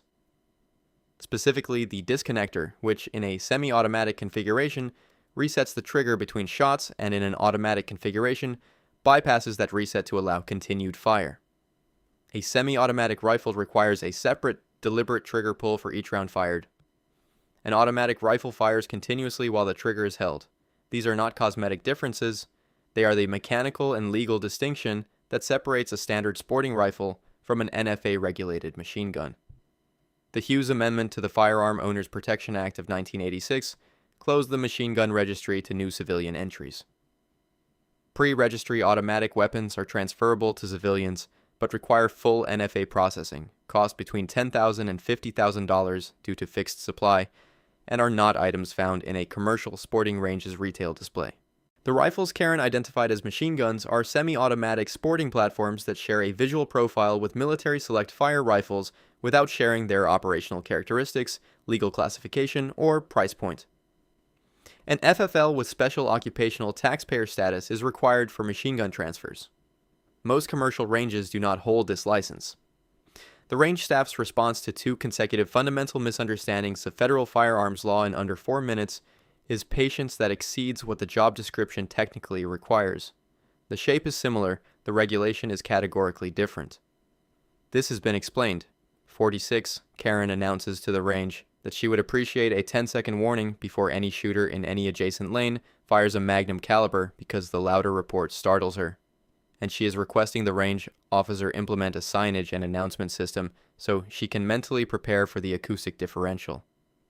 A commercial indoor range cannot prohibit magnum calibers that fall within its structural and trap rating, cannot predict which caliber each shooter will select during a session, and cannot implement per caliber acoustic warning systems for operational, acoustic, and physiological reasons that exist independently of how reasonable Karen's discomfort feels to her. The acoustic difference between calibers at an indoor range is real. A .44 Magnum produces approximately 163 to 170 decibels at the muzzle compared to a 9mm at approximately 159 to 165.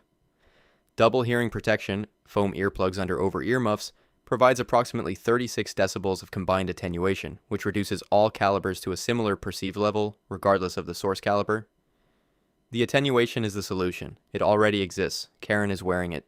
Startle response to an unexpected loud sound has a neurological onset time of 50 to 200 milliseconds, below the threshold of conscious processing.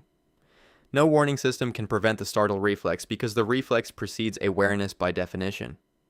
A warning Karen can consciously receive and process before the shot is neurologically impossible to deliver in time to prevent the response she is trying to avoid. The practical mitigation for acoustic sensitivity at ranges used by experienced shooters is habituation to the range's acoustic environment over time while maintaining consistent hearing protection. The hearing protection Karen has on is the advanced warning system the industry developed specifically for this problem. Asking for a warning before a louder caliber fires at a shooting range is like asking for a warning before a larger wave at the beach. The environment comes with the territory, the protection you're wearing handles it. 47. Karen arrives with a 7-year-old and insists on bringing the child onto the active adult range floor, citing the educational value of early exposure, the existence of youth shooting programs as precedent, and her belief that the range's age restriction is a discriminatory policy with no legitimate safety basis.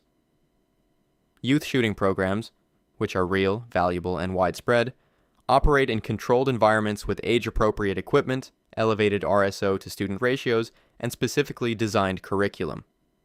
They are not unscheduled visits to an adult commercial range during a normal operating session. The NRA's youth programs, 4-H Shooting Sports, USA, Shooting's Olympic Development Pathway, and the Civilian Marksmanship Program all use primarily 22 LR caliber structure sessions around developmental capability and staff them at ratios incompatible with a commercial range's normal operational model. Commercial ranges set minimum age requirements, typically between 8 and 12 years for supervised use, based on developmental considerations including impulse control, instruction retention, physical size relative to firearm ergonomics, and the cognitive capacity to follow safety-critical instructions reliably under stress. Developmental psychology research documents that executive function capacities governing impulse control and risk assessment do not reach adult-level reliability until the mid-20s. The age restrictions reflect this documented developmental reality, not arbitrary discrimination. The liability framework for a minor injured at a commercial range is substantially more complex than for an adult. Minors cannot enter binding contracts in most states, parental consent creates its own liability architecture, and the range's duty of care for a minor on commercial premises is heightened above the standard applied to adults. Many ranges offer scheduled family shooting sessions or junior programs with dedicated staff, appropriate equipment, and controlled conditions specifically because the interest in youth firearms education is legitimate. The unscheduled drop-in format is not. Bringing a 7-year-old to an adult commercial range and citing youth programs as your authority is like bringing a 7-year-old to a professional boxing gym and citing youth sports as your precedent. The programs exist. This is not one of them. 48. Karen has determined that the additional weight of a fully loaded magazine improves the firearm's ballistic stability and therefore accuracy. Requests the counterstaff confirm this physics-based insight and asks to purchase the highest capacity magazine available because she is currently missing her target and believes more rounds in the magazine will resolve the situation. Magazine capacity has no effect on ballistic accuracy.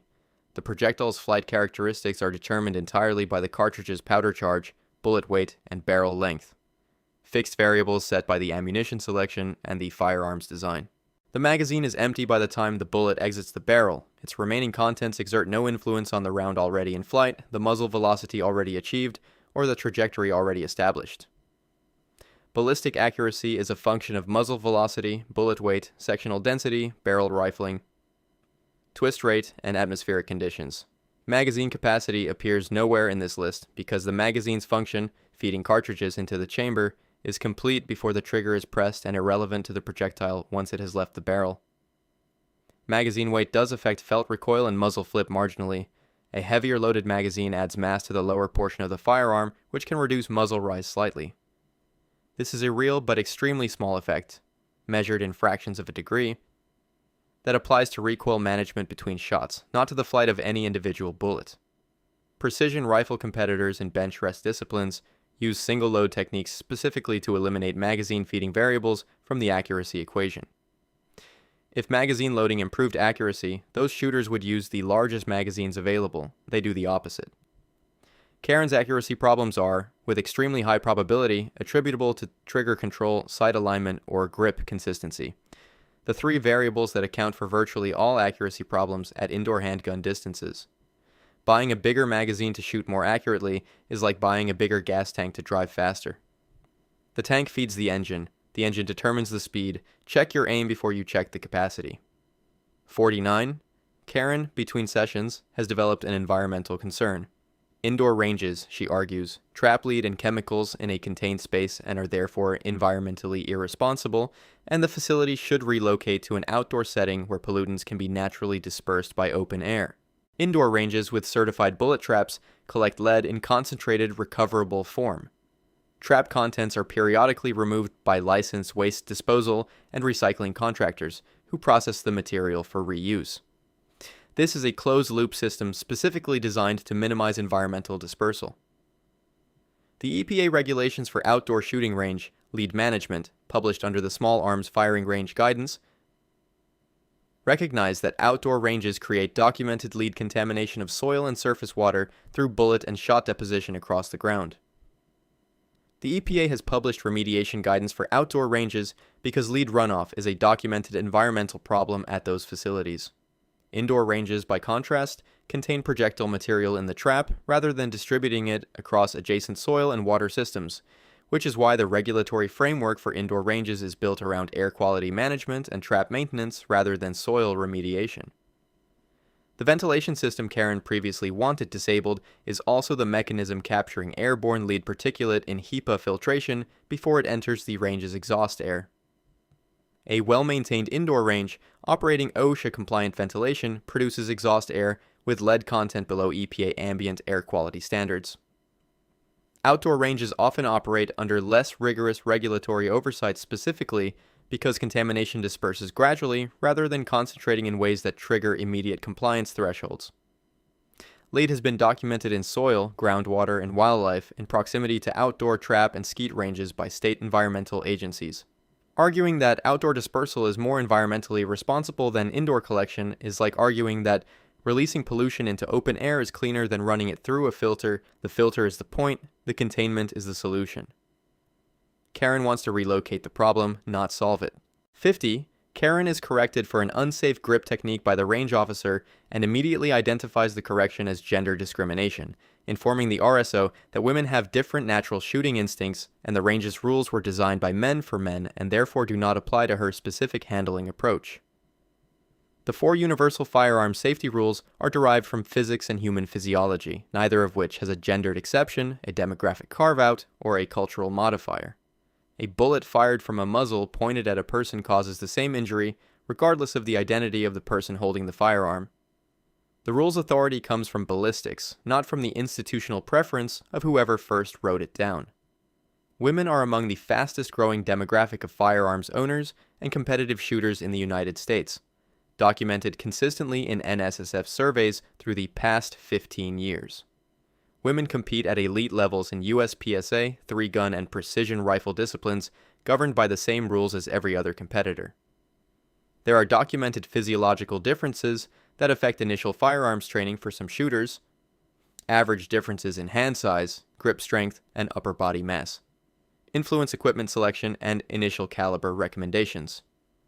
And these differences are addressed through equipment customization, smaller grip panels, lighter calibers, adjusted sight systems. They are not addressed through safety rule exceptions. The RSO who corrected Karen's grip did so because the grip was unsafe, not because of her gender. The same correction would be delivered to any shooter exhibiting the same technique error, which the RSO has done to male shooters on the same range within the past week. Many of the most respected firearms safety instructors and range officers in the country are women. The institutional knowledge Karen is dismissing as male-derived is actively maintained and taught by women in the industry she is standing in. The physics doesn't personalize. The muzzle doesn't adjust based on who's behind it. The rules apply because the bullet does. 51. Karen observes a shooter performing dry fire practice, deliberate trigger pulls on a verified unloaded firearm, in an adjacent lane, and reports this to the range officer as a destructive and dangerous practice that the range is negligently permitting and should immediately prohibit for the safety of the rental equipment she assumes is being damaged. Dry firing is not inherently damaging to most modern centerfire firearms and is a widely recommended, professionally endorsed training method used by competitive shooters, law enforcement, and military professionals worldwide. The damage concern is real and specific.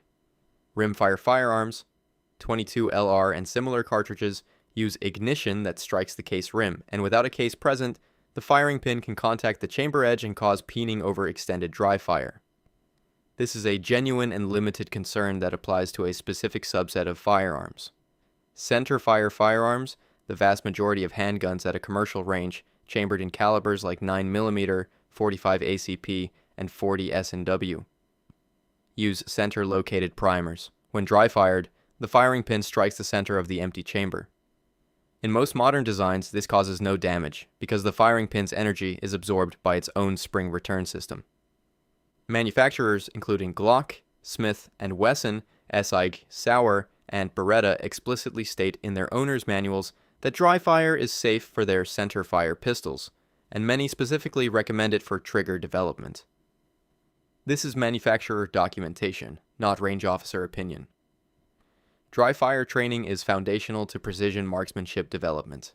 Trigger control, sight alignment, and trigger reset can all be refined through dry fire, making it one of the most cost-effective training tools in any shooter's practice regimen. The shooter Karen reported was practicing their craft safely, legally, and with the range's explicit or implicit permission. Reporting dry fire practice as dangerous is like reporting a musician for playing air guitar because you're worried about their fingers. The movement is real, the damage isn't, and the practice is building a skill that matters when the firearm is loaded. 52. Karen has been removed after a documented safety violation, rejects the removal, and announces that she will be calling the county health department to report the range for multiple ADA violations, beginning with the absence of Braille labeling on the ammunition display boxes, which she identifies as an accessibility failure exposing the range to federal civil rights liability. The ADA's title are 3 requirements for places of public accommodation specify removal of barriers to physical access and modification of policies to ensure equal access for individuals with disabilities. They do not mandate Braille labeling on commercial product packaging. FDA regulations govern pharmaceutical labeling. FTC regulations govern consumer product labeling. ATF regulations govern ammunition labeling. Caliber, manufacturer, quantity. None of these regulatory frameworks require Braille on ammunition packaging at the retail or display level. The meaningful accessibility conversation for visually impaired shooters involves different accommodations entirely. Verbal assistance from counter staff in ammunition selection, tactile caliber identification through case dimension familiarity that experienced visually impaired shooters develop, and range navigation assistance. Visually impaired shooting is a documented competitive discipline with international participation using electronic and acoustic target systems, providing auditory feedback in place of visual scoring. The accessibility framework for this population is substantive and ongoing. It just does not involve Braille on a federal premium box. AD compliance auditing by private individuals has no procedural authority. AD complaints are filed with the Department of Justice or through litigation initiated by qualified legal counsel. Karen's filing a complaint with the range manager has no legal effect, generates no regulatory consequence, and will not survive the 30 seconds it takes the manager to confirm that no such requirement exists in the regulations Karen is citing.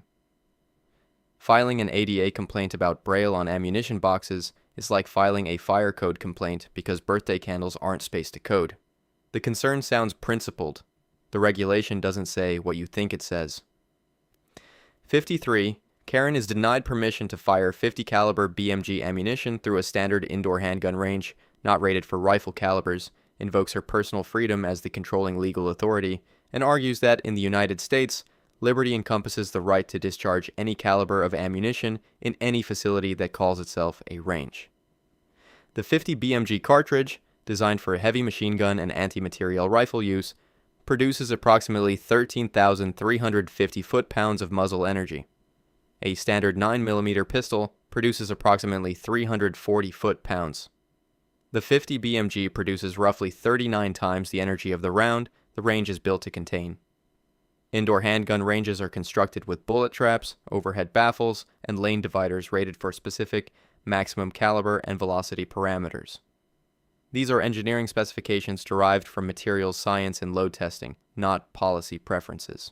A .50 BMG round will defeat a standard pistol-rated rubber granule trap and continue through the trap housing, through the building's rear structural wall, and into whatever occupies the space beyond it. The structural loading of the .50 BMG's recoil, transmitted through a bench or shooting position into the lane, would damage the shooting surface, the lane partition, and potentially the floor substrate in ways that standard indoor range furniture is rated nowhere near to absorbing. The .50 BMG also exceeds the muzzle energy thresholds that most commercial range liability insurance policies cover, meaning a discharge of this caliber in this facility voids the range's coverage for any resulting damage or injury simultaneously with producing the damage and injury. Facilities that accommodate .50 BMG operate with outdoor space, purpose-built, earthen or steel backstops rated for the caliber, and in some cases, structural reinforcement of the shooting position itself. These facilities exist. This range is not one of them. Citing freedom to fire .50 BMG in a handgun range is like citing freedom to drive a semi-truck through a car wash. The freedom is real. The facility's structure was not designed for what you brought. The car wash doesn't survive the semi. 54. Karen is startled when the adjacent lane fires a larger caliber, pauses her session, approaches the range officer, and formally requests the range officer announce the discharge of magnum calibers over the range intercom in advance so that she can set down her firearm and mentally prepare before the neighboring shooter fires their next round. This request requires the range officer to predict, announce, and coordinate the firing sequence of an independent autonomous shooter in an adjacent lane, a person who did not come to the range to have their firing cadence managed by an intercom system on behalf of a neighboring customer.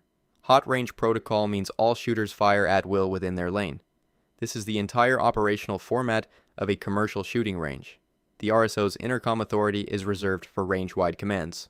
Cease fire, range is cold, range is hot, resume firing.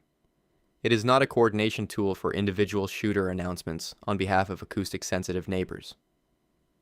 The operational alternative Karen is requesting, in which every Magnum shooter announces their intent over the intercom before each shot, would transform the RSO from a safety supervisor into a shooting traffic controller, remove the RSO's attention from the entire line for the duration of each announcement cycle, and produce a false security expectation in Karen that a missed announcement makes a discharge unexpected in a facility where all discharges are, by posted definition, expected.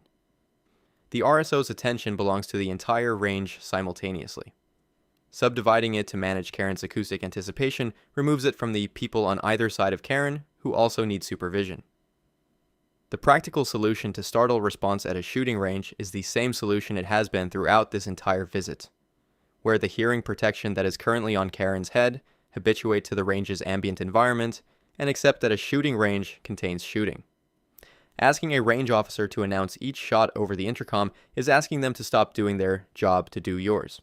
55, Karen arrives with a 7-year-old, is denied access to the active adult range floor, and pivots immediately to the legal argument that because the Gun-Free School Zones Act prohibits firearms near schools, this precedent should logically extend to any location where children might be present, including this range if minors are permitted anywhere on the property. The Gun-Free School Zones Act at 18 U.S.C. Section 922 creates a specific federal prohibition in a specific defined geographic zone with multiple statutory exceptions, including licensed firearms dealers, state-issued carry permit holders, firearms on private property not part of school grounds, and firearms transported in locked containers.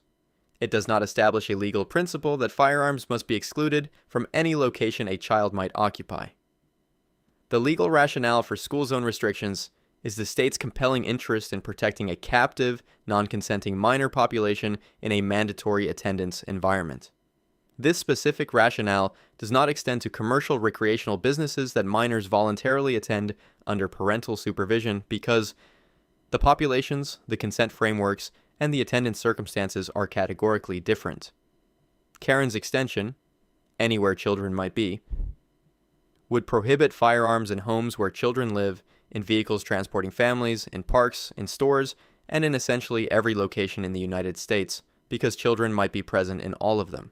No court has applied the GFSA this way. The Supreme Court's decision in United States v. Lopez in 1995 actually limited the original GFSA's reach by holding the original version exceeded congressional authority. The case is notable for constraining federal firearms restrictions, not expanding them. Youth shooting programs at licensed ranges operate under state law provisions, explicitly permitting supervised minor firearm use in controlled settings. Statutory acknowledgments that minors and firearms can coexist appropriately. Using the Gun-Free School Zones Act to argue guns should be banned wherever children might appear is like using a hospital's alcohol ban to argue alcohol should be banned wherever sick people might visit. The restriction is specific to the location and the rationale. The law agrees. 56 Karen, after asking counter staff about stopping power against body armor, effective range against moving targets, and whether the range maintains records of which customers use which lanes, is asked by staff if she needs help finding something specific, and interprets this staff attention as demographic profiling, filing a discrimination complaint on the grounds that she's being treated differently than other customers.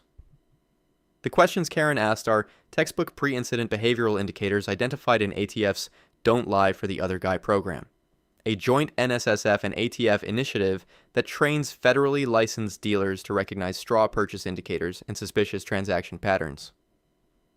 Body armor penetration inquiries, surveillance record requests, and specific targeting effectiveness questions appear in ATF training materials as patterns warranting additional staff attention. The attention Karen received was generated by her questions, not by her demographic characteristics. Demographic profiling in the legal sense requires evidence that differential treatment was caused by a protected class characteristic, race, religion, sex, national origin, disability, rather than by behavior. Karen's questions, not Karen's identity, are what the staff responded to. Staff at federally licensed ranges are compliance actors operating under ATF awareness training requirements. Their attention to Karen's specific combination of questions is not a customer service failure, it is the job. The specific combination of questions Karen asked: armor penetration effectiveness, engagement distance against moving targets, and range record-keeping practices. Forms a pattern qualitatively different from typical customer inquiries about ammunition selection or technique improvement. For Karen's discrimination complaint to be actionable, she would need to demonstrate that a person of a different demographic who asked the same questions received different treatment. The questions themselves make a control scenario unlikely because the questions are the variable that produce the response.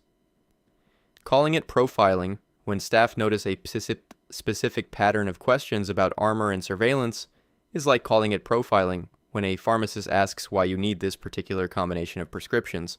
The questions triggered the attention, your questions, not your demographics, and the staff is trained to notice exactly what you just demonstrated. 57. Karen's rental pistol experiences a second malfunction of the session, and she announces that the range's rental fleet is populated with inferior budget firearms and that a quality range would stock only the premium name brands she specifies, which she has identified through her own research as categorically superior and essentially jam-free. Firearm reliability is a function of maintenance scheduling, ammunition selection, and shooter technique, not exclusively brand prestige or retail price. The Glock 17, consistently rated among the most reliable production pistols in independent reliability testing, including FBI and military procurement evaluations, retails at a price point below many brands Karen would identify as premium. The Austrian military trials in 1980, the FBI's 1989 handgun evaluation, and multiple subsequent law enforcement procurement processes selected Glock specifically for demonstrated reliability at a competitive price. The correlation between retail cost and mechanical reliability in production handguns is weak, documented, and not what Karen's research indicates. The most common source of malfunctions in rental firearms during a commercial range session is ammunition selection. Underpowered or steel-cased rounds may not generate sufficient pressure to fully cycle the action of certain pistols, regardless of brand. The range's bulk practice-grade ammunition interacts with each rental firearm's design parameters in ways that affect cycling reliability independently of the firearm's manufacturer or price. High-volume rental firearms experience wear-induced malfunction increases as maintenance intervals approach. But this is a maintenance scheduling issue addressed through the range's documented service protocol, not a brand issue. A premium firearm at $3,000 maintained past its service interval will malfunction at the same rate as a budget firearm in the same condition.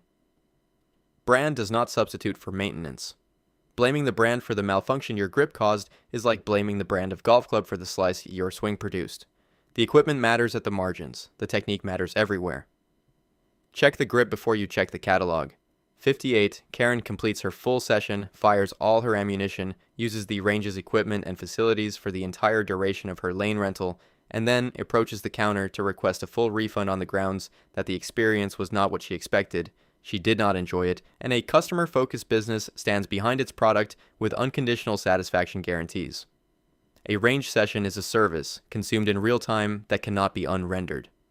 The lane was open, the RSO was present, the equipment was available, the target moved on the rail, and the time elapsed. The service was delivered in full. Consumer protection law distinguishes between goods, tangible products that can be returned in resaleable condition, and services, which are actions performed that cannot be unperformed once the performance is complete. No consumer protection statute in any U.S. state requires service businesses to offer unconditional refunds for services rendered in full. The FTC's cooling-off rule applies to specific door-to-door and home solicitation sales contexts, not to voluntary commercial service purchases at a facility the customer drove to and entered on under their own initiative. The range's service was accurately described at the point of sale: a lane, a target, an ammunition selection, and access for a specified duration. None of these advertised elements failed to be delivered. Karen's dissatisfaction is with the experience of shooting, not with the range's failure to provide what it sold. A business offering unconditional satisfaction guarantees on-range services would face the predictable consequence of customers using services in full and claiming refunds systematically, which is not a viable commercial model, which is why no range offers it. The range may choose, as a goodwill gesture, to offer a partial credit or a future visit. That is business discretion, not legal obligation. Requesting a refund on a range session because you didn't enjoy it is like requesting a refund on a haircut because you don't like how you look. The service was performed. Your satisfaction was not the specified deliverable. The lane was open. You fired the rounds. 59 Karen, finalizing her departure and having explored every available grievance channel within the facility, discovers the range does not validate parking and announces that businesses above a certain square footage or customer volume threshold are legally required to provide parking validation under Municipal Commercial Code, and she intends to contact the city planning office before the week is out. Parking validation is a voluntary customer service amenity offered by some businesses under contractual arrangements with adjacent parking facility operators. There is no Municipal Commercial Code in any U.S. jurisdiction that requires businesses of any size to validate customer parking as a matter of law. Municipal parking codes govern required parking space quantities per building square footage under zoning, accessible space minimums, parking meter enforcement, and handicapped designation requirements. None of these codes require businesses to pay for customers' parking on those customers' behalf. The size-based threshold Karen is describing has no statutory basis in any parking context. Business size thresholds appear in law governing ADA compliance at 15 or more employees, FMLA eligibility at 50 or more employees, and similar employment and regulatory matters. Parking validation is not among them in any enacted ordinance Karen will locate. Many ranges provide free surface parking as a standard amenity because their suburban or industrial area locations include on-site lots that require no validation infrastructure. The validation question is irrelevant in those configurations. If Karen is in a shared structure adjacent to the range, the validation arrangement is a commercial negotiation between the range and the garage operator, not a legal mandate imposed by the city.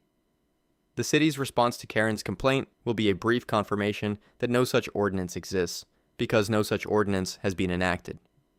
Threatening to call the city over parking validation requirements that don't exist is the perfect closing move. It confirms that Karen arrived with the same caliber of research she applied to everything else today: loud, confident, and completely unloaded. 60. Karen receives her permanent ban, delivers her exit declaration that she will find a different range with better customer service and fewer arbitrary rules, and implies the industry will accommodate her preferences at the next facility she visits, because this range's policies are unique to its management. The safety rules. Karen violated today are not this range's proprietary policies. They are universal, industry-wide, NSSF endorsed, legally informed operational standards applied at every legitimate commercial range in the country.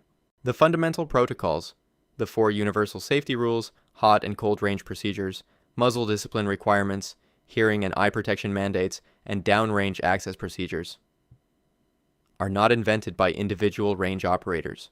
They are the standards developed through decades of documented incidents, NSSF guidance publications, insurance requirements, and legal liability frameworks that the entire industry shares. The NSSF's Range Sourcebook articulates operational standards that legitimate ranges adopt across the country. A range operating substantially outside these standards is both a safety hazard and a liability risk. It is, by operational definition, not a well-run range, and no well-run range abandons fundamental safety protocols for a customer's stated preferences. Range band registries, informal and formal regional networks through which ranges share information about removed customers, exist specifically because behavioral patterns like Karen's do not respect zip code boundaries. The commercial range's liability insurance specifies compliance with minimum safety operational standards as a condition of coverage. A range that systematically waives these standards is violating its insurance terms and operating without effective coverage, a financial reality no legitimate business sustains. The rules Karen encountered today exist because the incidents they prevent are documented, real, and in some cases permanently irreversible. No legitimate range trades that record for a lane fee. The next range has the same rules. So does the one after that. The rules aren't unique to this range. Karen is unique to herself, and every RSO she meets will reach exactly the same conclusion. 61, Karen completes a session without major incident, a first, and then spends 12 minutes at the counter explaining to a newer shooter that self-defense shootings are automatically legally justified. The shooter faces no criminal or civil liability, and the law fully protects anyone who fires in self-defense because it is a constitutional right and therefore categorically protected. Self-defense is a legal affirmative defense, which means the burden of demonstrating its applicability falls on the defendant, not on the prosecution to disprove it from the outset. It is subject to complex jurisdiction-specific standards involving the reasonableness of the perceived threat, proportionality of force, imminence of the danger, duty to retreat requirements, castle doctrine provisions, and stand your ground statutes that vary meaningfully across state lines. No version of self-defense law in any U.S. jurisdiction provides automatic legal protection for any shooting. Duty to retreat exists in multiple states for encounters outside the home, regardless of self-defense claims. Stand your ground states remove the retreat requirement but preserve all other elements. Reasonable belief of imminent deadly threat and proportional response remain required. Castle doctrine eliminates the retreat requirement within the home but preserves every other element of the self-defense analysis. Civil liability in self-defense shootings is entirely separate from criminal law. Several states have enacted civil immunity provisions for justified self-defense, but these are not universal, and civil plaintiffs operate under a lower burden of proof, preponderance of evidence rather than reasonable doubt. Criminal acquittal does not automatically produce civil immunity. Multiple well-documented cases demonstrate that a shooter not criminally convicted nonetheless faced significant civil liability under circumstances that he undermined the self-defense framing. The authoritative source on jurisdiction-specific self-defense law is a licensed attorney in the relevant state, not Karen, not a range counter, and not a confident conversation between sessions. Believing self-defense automatically equals legal justification is like believing a prescription fills itself. The right exists. The process to exercise it is complicated, jurisdiction-specific, and adjudicated by people with considerably more authority than the certainty Karen formed at the shooting bench. 62. Karen, who has been managing the range's ventilation system, ammunition policy, target selection, lane divider configuration, thermostat setting, and overall operational philosophy throughout her visit, pivots to her largest concern. She believes the range's caliber-based pricing structure, 9mm at one rate, 45 ACP at a higher rate, 44 Magnum higher still, constitutes illegal price discrimination against customers who prefer certain calibers, and she intends to file a complaint with the relevant Consumer Protection Authority. Price discrimination law, specifically the Robinson-Patman Act of 1936, governs differential pricing to competing commercial buyers for the same commodity when the effect is to substantially lessen competition. It is a business-to-business antitrust statute. It has never been applied to retail pricing of different products to consumers, and it has no mechanism through which it would apply to a range charging different prices for ammunition of different calibers. Different ammunition calibers have materially different manufacturing costs. The component costs, brass, primers, propellant, projectiles, vary by caliber, with larger and heavier projectiles costing more per round to produce at the wholesale level. The range pays more for 44 Magnum ammunition than for 9mm. Charging more at retail for a higher cost input is called standard commerce. Consumer protection laws prohibiting price discrimination in retail contexts, where they exist at state level, address differential pricing for the identical product based on protected class characteristics.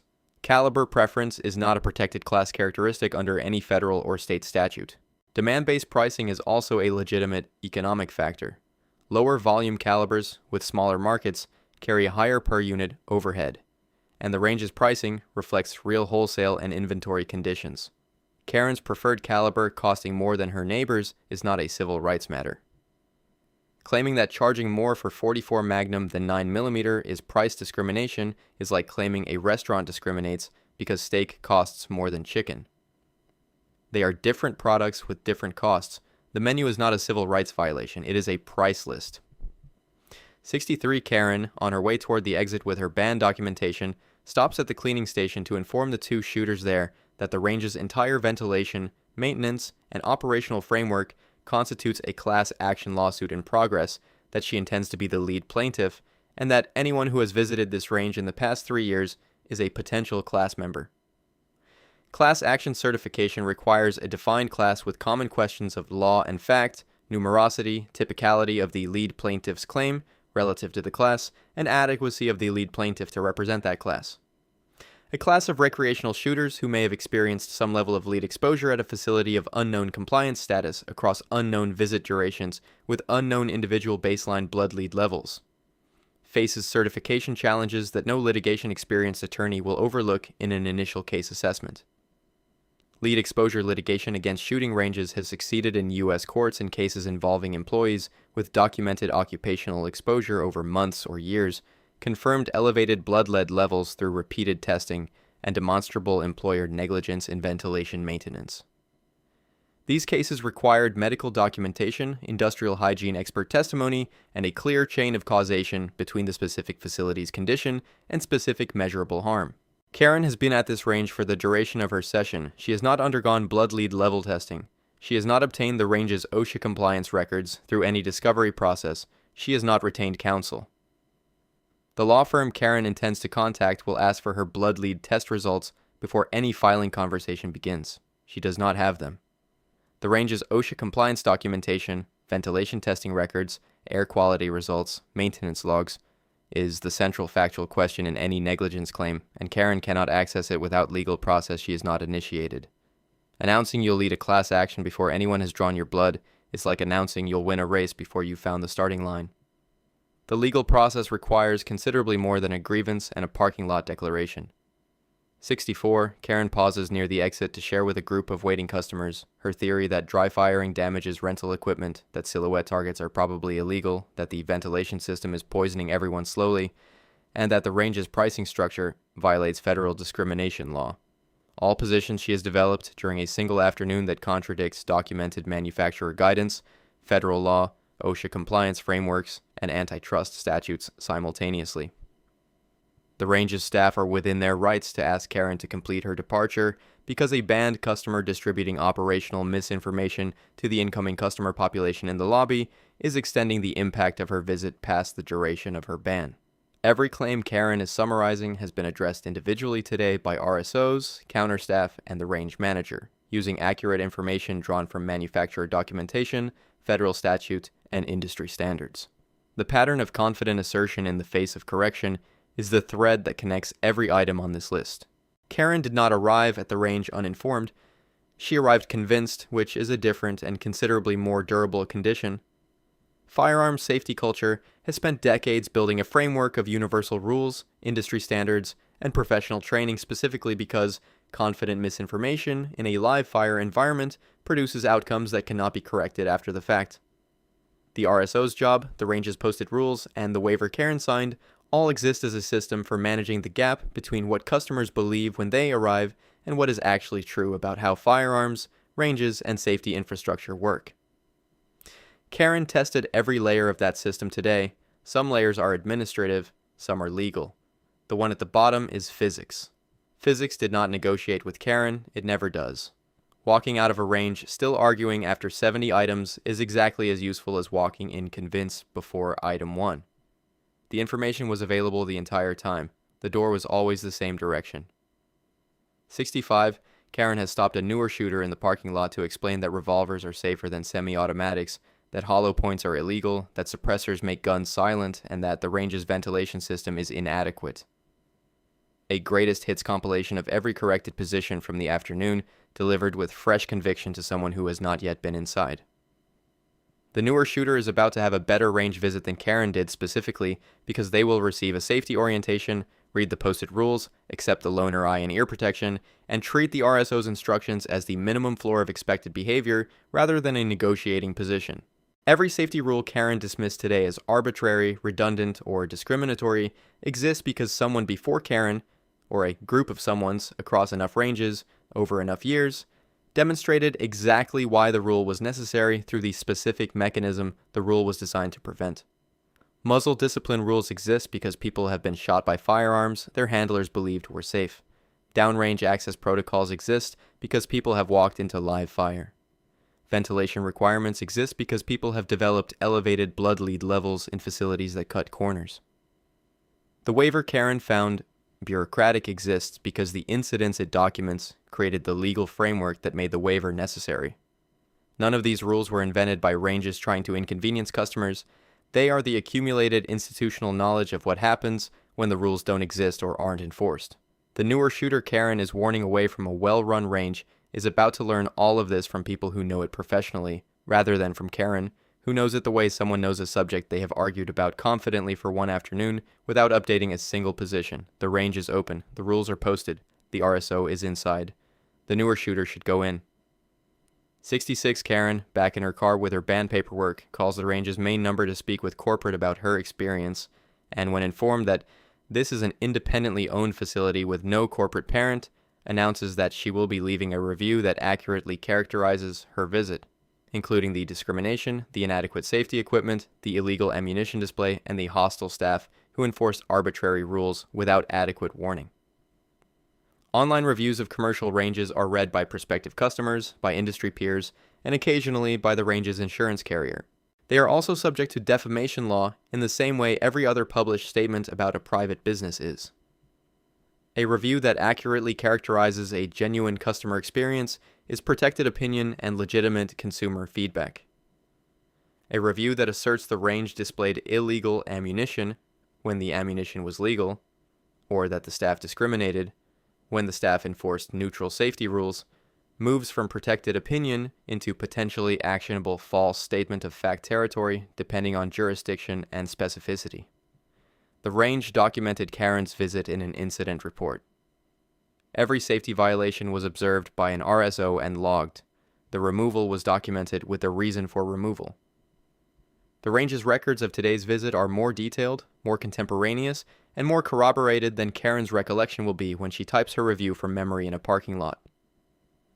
Businesses have pursued defamation claims against reviewers who published false statements of fact, as distinguished from negative opinion, and have prevailed in cases where the factual falsity was clear and the damages demonstrable. Karen's review accurately characterizing her experience is her right and her prerogative. Karen's review asserting the range committed federal crimes is a different document with different legal exposure. The distinction between those two versions of the review is exactly the line Karen has spent the entire afternoon unable to locate. 67, Karen, having completed her review and feeling the afternoon slipping away from her, circles back to her original core concern, the one that started everything, and calls the county health department one final time to report the noise at the shooting range as a health code violation, because after everything that has happened today, she remains most confident in this particular complaint. The county health department's position on commercial shooting range noise has not changed since Karen's first call this morning. The range is properly zoned, the range is properly permitted. The range operates under noise attenuation requirements that apply to its municipal designation. The discharge of firearms in a lawfully operated, properly permitted commercial shooting range is not a health code violation in any jurisdiction that has issued the range the permit it operates under. The permit Karen is reporting is issued by the same municipal authority that would receive her complaint. The complaint will be routed to the same department that issued the operating license. It will be reviewed against the permit conditions. The range will be found compliant with its permit because a range operating out of compliance with its permit would have been flagged at its last inspection. The health department's response will be a form letter or a brief phone return. This is not because the health department is indifferent to noise concerns. It is because the regulatory framework governing commercial range noise already exists, already applies to this range, and already determined that the range's operation is within its permitted parameters before Karen arrived this morning. The most remarkable thing about this final complaint is that it is the same complaint Karen made at the beginning. Everything in between, the ventilation system, the ammunition, the targets, the lane dividers, the thermostat, the parking validation, was elaboration on the original position that the range should operate differently to accommodate Karen's preferences. The health department was never going to be the mechanism for that. Neither was anything else she tried. The range is still open, the RSO is still there, and the noise complaint is still going to come back as a form letter. 68, Karen posts her review, receives a calm, factually detailed management response, citing the specific documented safety violations that led to her removal, and interprets this response as confirmation that the range is defensive, hostile, and unable to accept legitimate customer feedback. Because, in Karen's framework, any disagreement with her characterization of events is evidence of the institutional problem she has been identifying all afternoon. Range management responses to negative reviews serve three audiences simultaneously: the original reviewer, prospective customers reading the exchange, and the range's own documentation record.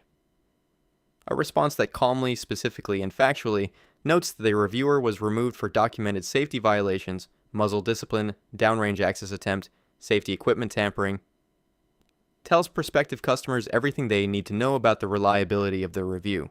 Prospective customers who read "customer was removed for pointing a loaded firearm at a staff member" and conclude the range is hostile have conducted a risk assessment that the range should probably accept as favorable self-selection.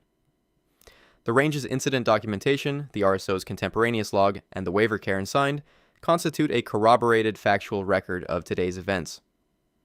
Karen's review constitutes Karen's recollection of today's events. These are not equivalent evidentiary products, and any reader capable of evaluating them as such will reach the correct conclusion about which account more accurately describes what happened at the lane. The management response is not defensiveness, it is the range exercising the same right Karen exercised, publicly stating its account of what occurred. Karen stated hers first. The range stated its second. The incident report was filed contemporaneously. Interpreting a factual correction as proof of the original complaint is the cognitive structure that made today inevitable from the moment Karen walked past the orientation desk without stopping. The review is posted. The response is posted. The incident report is filed. The ban is in the system.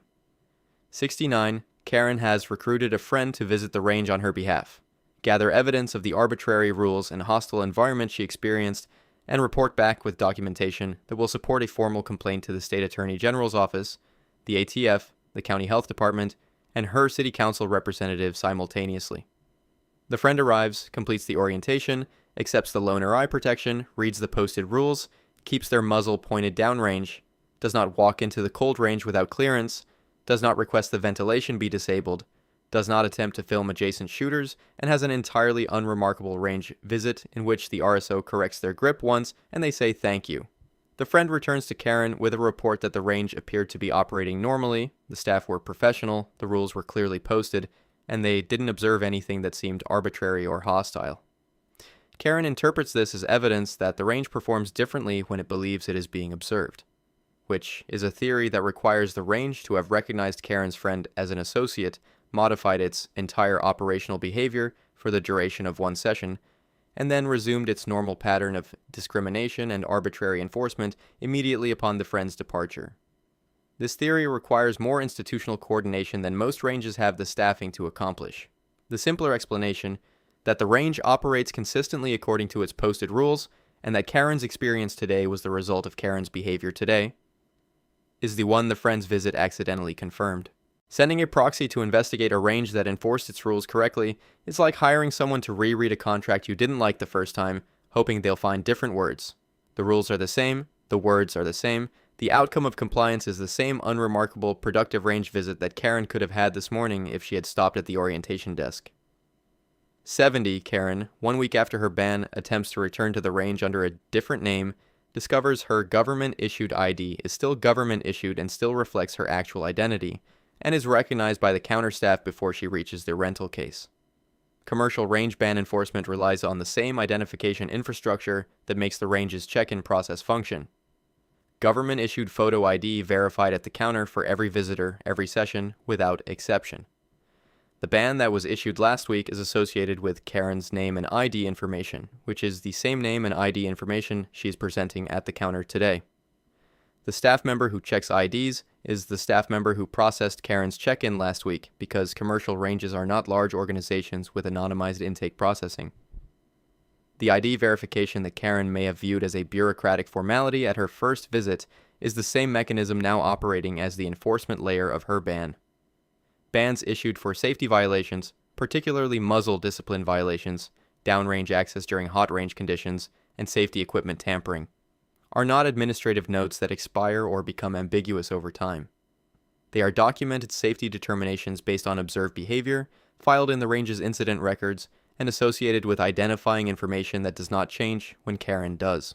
The range's decision to enforce its ban rather than accept a return visit is not vindictiveness. It is the range operating exactly as a range that takes its safety documentation seriously should operate. A ban that is not enforced is not a ban. It is a suggestion, and suggestions are not the appropriate response to the safety violations that produced the original removal. Attempting to return to a range under a different name 1 week after a documented safety ban is the final data point in a behavioral pattern that every range in the regional network now has access to. The ID matched, the ban held, the door stayed closed. 71.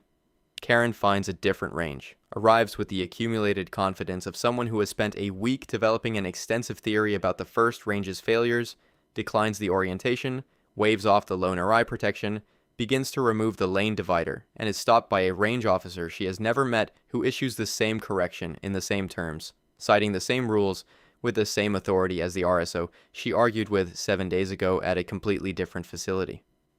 The safety rules Karen violated at the first range are the safety rules at the second range. They are the same rules because they are derived from the same physics, the same industry standards, the same insurance requirements, and the same legal framework. The NSSF's range sourcebook does not have a regional edition. The 4 universal firearms safety rules do not have local variations. The hot range protocol does not change based on which county the range is located in. The lane divider is there for the same reason it was there last week, because the ejected brass from the firearm in this lane is the same temperature, the same velocity, and the same hazard to the person in the next lane, regardless of which facility is hosting the session. The new RSO has not been briefed on Karen specifically. The RSO is simply doing what RSOs do, observing the line, identifying a safety violation, and correcting it using the authority their certification and the range's posted rules provide. Karen's response to this correction, whether she argues, complies, or leaves, is the only variable that has ever been in Karen's control during any moment of the past week. The range didn't change. The rules didn't change. The physics didn't change. The only question left is whether Karen does. The RSO is waiting. The lane is open. The choice is yours. If you want to see more, click the video on screen now.